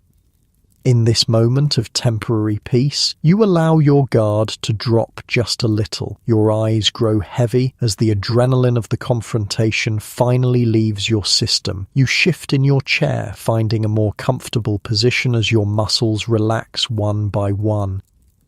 The soft sounds of your sleeping girls create a gentle backdrop to your thoughts, which are beginning to drift like leaves on a slow-moving stream. The weight of responsibility eases slightly as you acknowledge that everyone is safe for tonight at least. You feel yourself settling deeper into your chair, your breathing naturally slowing as the events of the day recede into memory. A yawn escapes as your body tells you what your mind has been resisting, that it's time to rest, to gather strength for tomorrow's challenges. Just for a moment, you think, closing your eyes, just a brief respite while everything is quiet and still. You adjust your position slightly, getting more comfortable as the night deepens around you, the distant sound of wind in the cottonwoods creating a soothing rhythm that seems to match your heartbeat as it gradually slows. You wake with a start, neck stiff from sleeping in the chair. Grey morning light filters through the windows. For a moment, you're disoriented, then the events of last night come rushing back. The confrontation, the sheriff's intervention, the decision to keep everyone inside. Thomas is still at his post by the door, though his head has dropped to his chest in sleep, the rifle still balanced across his knees. The girls are scattered around the saloon in various states of slumber, some curled on makeshift pallets, others using folded arms as pillows on the tables. You stretch, wincing at the pain in your shoulders and back. Too old to be sleeping in chairs, you think ruefully. Then again, you're too old for a lot of things about this life, a fact that's becoming more apparent with each passing year. Rising quietly to avoid waking the others, you make your way to the small kitchen behind the bar. The stove is cold, but you find the remains of yesterday's coffee in a pot. It's bitter and strong, but the warmth and caffeine are welcome as you try to shake off the fog of interrupted sleep. Cup in hand, you return to the main room and gently wake Thomas. He jerks awake, hands tightening on the rifle before he recognizes you. "Easy," you murmur. "It's just me." He relaxes, rolling his shoulders to ease the stiffness. "Morning? Any trouble in the night?" "Not that I know of. I fell asleep at my desk." You glance toward the still locked front door. "Think our visitors have moved on?" Thomas rises, moving to peer through a gap in the curtains covering the window. Streets quiet, just the usual morning folk heading to work. You consider your options. You can't keep the saloon closed indefinitely, and your girls can't stay locked inside forever. At some point you'll have to return to normal operations and accept whatever risks come with it. Let's wait till the sheriff makes his rounds, you decide. If he gives the all clear, we'll open as usual tonight. Thomas nods, moving to stoke the stove for breakfast. The noise and activity begin to rouse the others. Girls stretch and yawn, complaining about sore backs and necks from their uncomfortable sleeping arrangements. The piano player, who stayed as well, begins to pick out a gentle morning tune, his fingers moving automatically across the keys despite his still drowsy state. Lucy organises breakfast, the last of yesterday's bread, some cheese, coffee for those who want it. The mood is subdued but not fearful. These women have faced dangers before. Last night's confrontation was frightening but not unprecedented in their lives on the frontier. Emily sits apart from the others, a cup of coffee clutched in her hands, her expression thoughtful. You join her, settling into a chair at her small table. Quite an introduction to the business, you comment. 2 days in and already involved in a standoff, she offers a small smile. Not what I expected, that's certain. She hesitates, then adds, but I'm still here.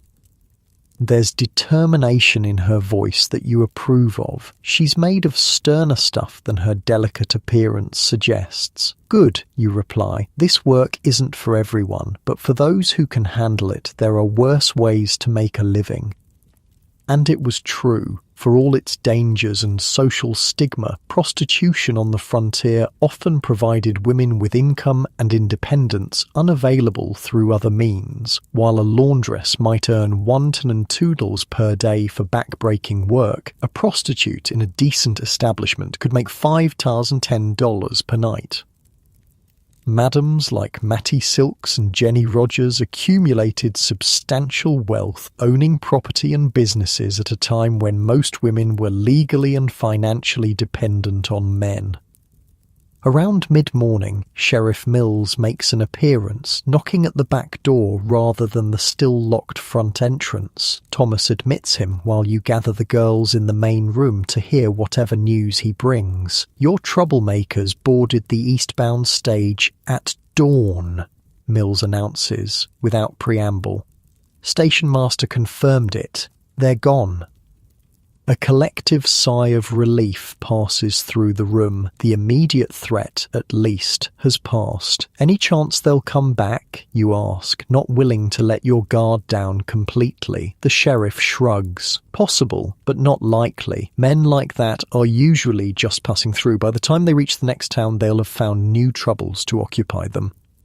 You nod, accepting his assessment. Thank you for checking, Sheriff, and for your timely arrival last night.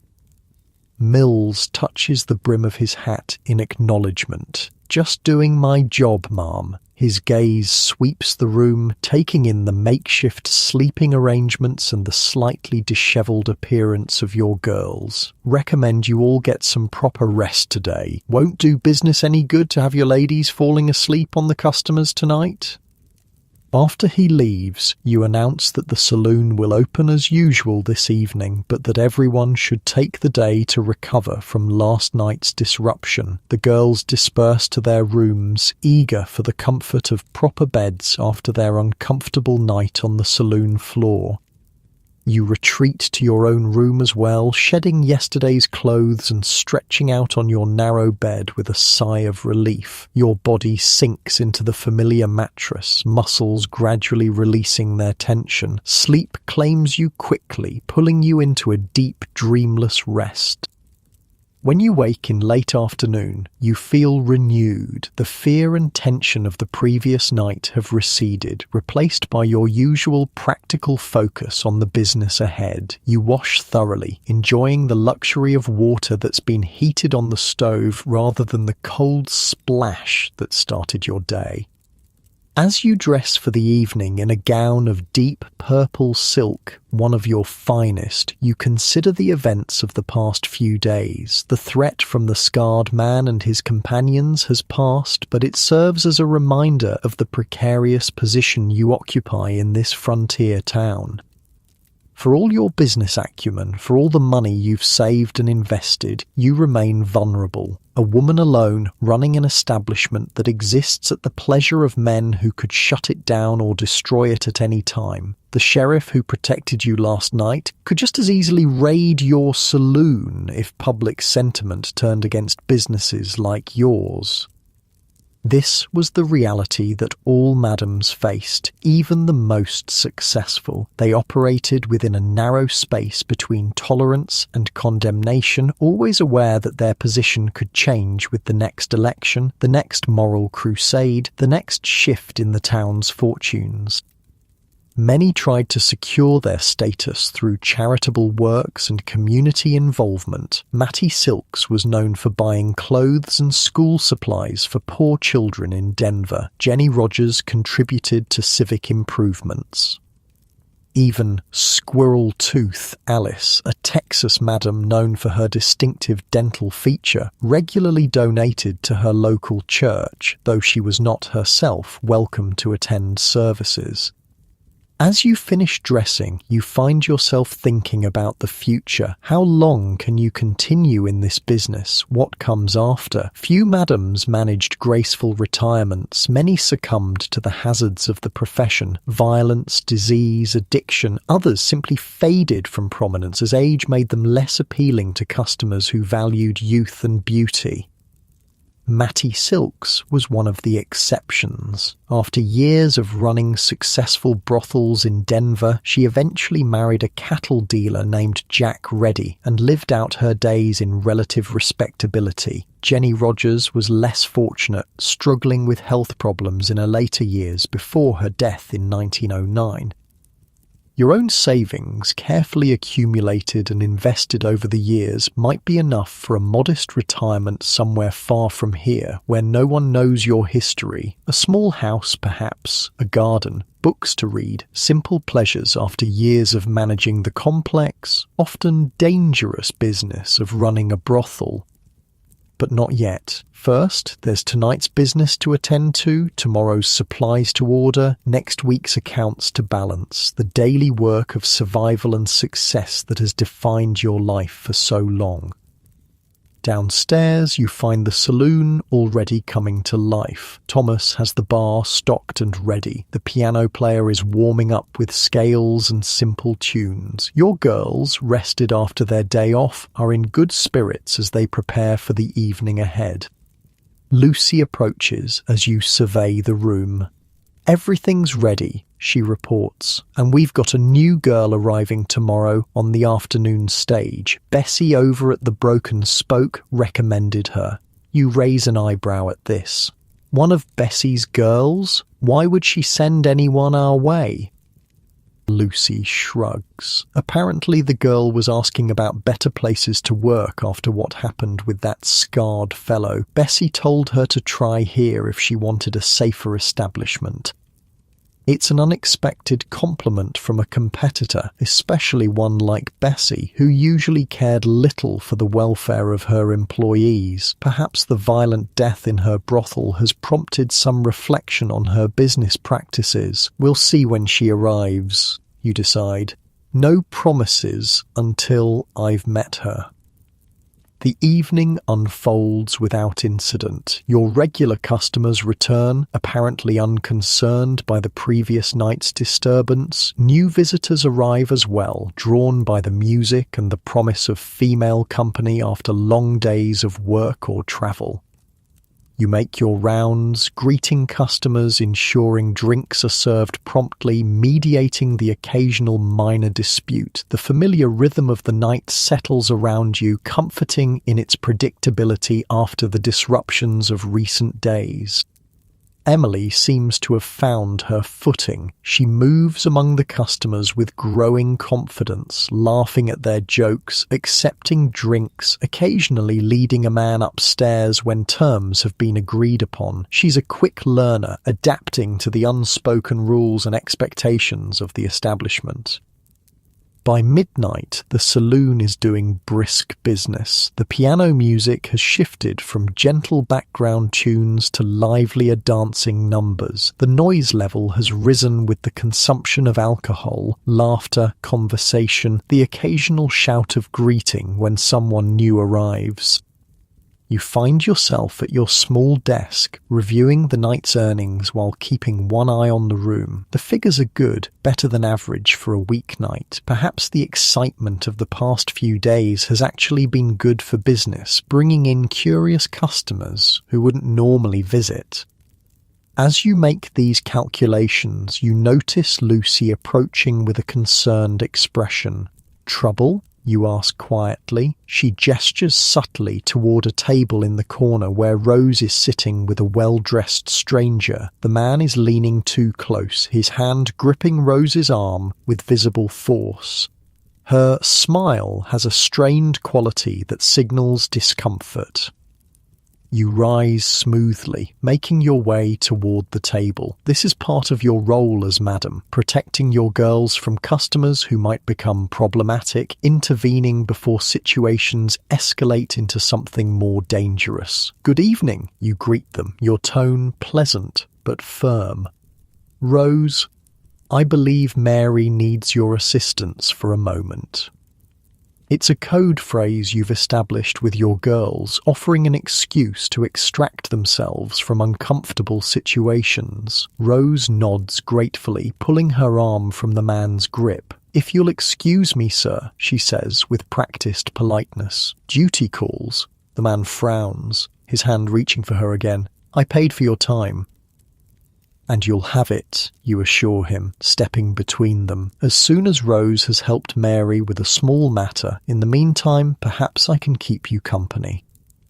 It's a delicate balance, maintaining the customer's interest and ensuring he doesn't feel cheated while still protecting your employee from his increasingly aggressive behavior. You signal Thomas with your eyes, a slight tilt of your head that he recognizes immediately. He moves closer to the table, ostensibly to offer more drinks, actually to provide backup if needed. The man looks you up and down, his expression dismissive. No offense, but I prefer something younger. You smile, unsurprised and unoffended. Of course, Rose will return shortly. In the meantime, please enjoy a drink on the house. You gesture to Thomas, who promptly pours a generous whiskey. The free alcohol pacifies the man temporarily. By the time he finishes it, you've arranged for another girl, Jenny, who's more experienced in handling difficult customers, to take Rose's place, crisis averted, at least for now. This kind of management was constant in a successful brothel. Madams needed to be alert to potential problems, skilled at diffusing tensions, and willing to step in when necessary to protect their employees. They balanced the need to keep customers happy with the imperative to maintain order and safety within their establishments. As the night progresses toward its inevitable conclusion, customers gradually depart. Some head home to families who pretend not to know where they've been. Others, who've paid for the privilege, retire upstairs with your girls for the remainder of the night. A few diehards remain at the bar, nursing their drinks and sharing increasingly exaggerated stories. You find yourself back at your small desk, tallying the night's earnings while stifling occasional yawns. It's been a long few days, and the lack of proper sleep is catching up with you despite your afternoon rest. Emily approaches as you finish your calculations, handing you her portion of the evening's earnings. Good night, you ask, noting the substantial amount. She nods, a small smile touching her lips. Better than I expected. You're adapting well, you observe. Some girls never get comfortable with the work. I'm not comfortable, exactly, she admits, but I'm managing, and it's better than starving or scrubbing floors until my hands bleed. It's a pragmatic assessment that you appreciate. No romantic illusions about the nature of the work, but no self-pity either. Just a clear-eyed understanding of the limited options available to women in her position. Get some rest, you tell her. Tomorrow's another day. As she turns to go, she hesitates. Thank you, she says quietly, for taking me in, for keeping us safe last night, for everything. The simple gratitude catches you off guard. In this business, thanks are rare. Most transactions are strictly commercial. Services rendered, payment received. Personal connections, while they exist, are rarely acknowledged so directly. "You're welcome," you reply, surprised by the warmth you feel toward this young woman who arrived at your door just days ago, desperate and alone. Perhaps you see something of your younger self in her determination to survive whatever challenges life presents. After Emily leaves, you complete your final tasks for the night, securing the cash in your hidden safe, checking that doors are locked, ensuring lamps are extinguished. Thomas has already cleaned the bar and retired to his small room off the kitchen. The piano player left hours ago. The saloon is quiet except for the occasional creak of the building settling. Finally, you make your way upstairs to your own room, your body heavy with exhaustion. You remove your finery with slow, careful movements, hanging the purple silk gown to prevent wrinkles. The matching shoes are placed neatly beside your dresser. Your hair is unpinned, falling in a grey, streaked mass down your back. In your simple cotton nightgown, with your face scrubbed clean of rouge and powder, you look your age. The fine lines around your eyes and mouth tell the story of years spent in smoky rooms, managing difficult situations, building a business in a world that never wanted to acknowledge women like you as businesswomen at all. You settle onto your narrow bed, feeling the familiar lumps of the mattress beneath you. Your body gradually relaxes into the thin padding, finding the comfortable spots worn into shape by years of sleep. The sounds of the night drift through your window, a distant dog barking, the occasional voice of someone making their way home late, the soft rustle of wind through the cottonwood trees that line the main street. These sounds have become the soundtrack of your life, as familiar as your own heartbeat. Your thoughts drift to the events of the past few days, the threat from the scarred man and his companions, Emily's arrival and initiation into the life, the ongoing challenge of running a business that exists at the margins of society's acceptance. So many women like you shaped the development of the American West, though history would rarely acknowledge their contributions. Madams who built businesses, employed others, invested in property and infrastructure, contributed to civic improvements. Women who carved out independence in a society that offered them few legitimate paths to self-sufficiency. Mattie Silks, Jenny Rogers, Pearl DeVere, Squirrel Tooth, Alice, Cad Thompson, Dora Dufran, they and countless others whose names have been forgotten were as much pioneers as the men who struck gold or drove cattle herds across the plains. Your breathing slows as these thoughts wind through your mind. The weight of the day's responsibilities begins to lift from your shoulders. Your muscles, tense from hours of vigilance, gradually unwind. The mattress seems to grow more comfortable beneath you, cradling your tired body. The simple cotton sheets feel cool and soothing against your skin. Your eyelids grow heavy, the events of the day fading as sleep approaches.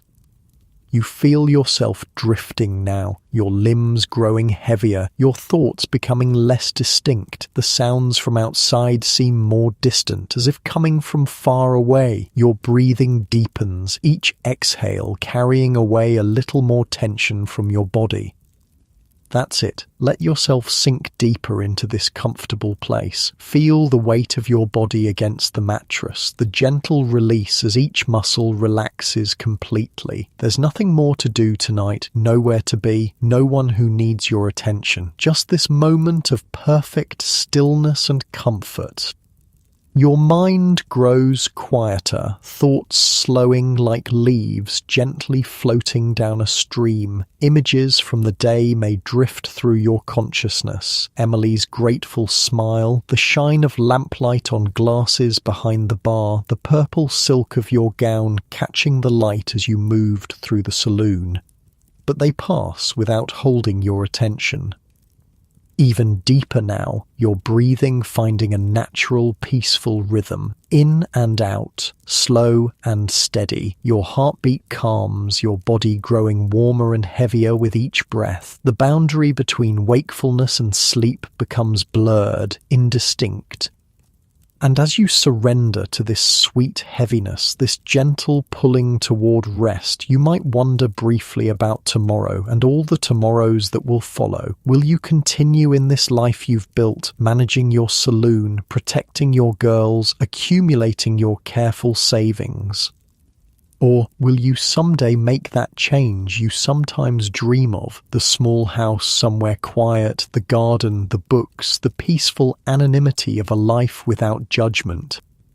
The question floats away unanswered as sleep claims you fully now, your breathing deep and regular, your body completely at rest, safe in this moment of perfect peace, drifting deeper and deeper into slumber as the night enfolds you in its quiet embrace.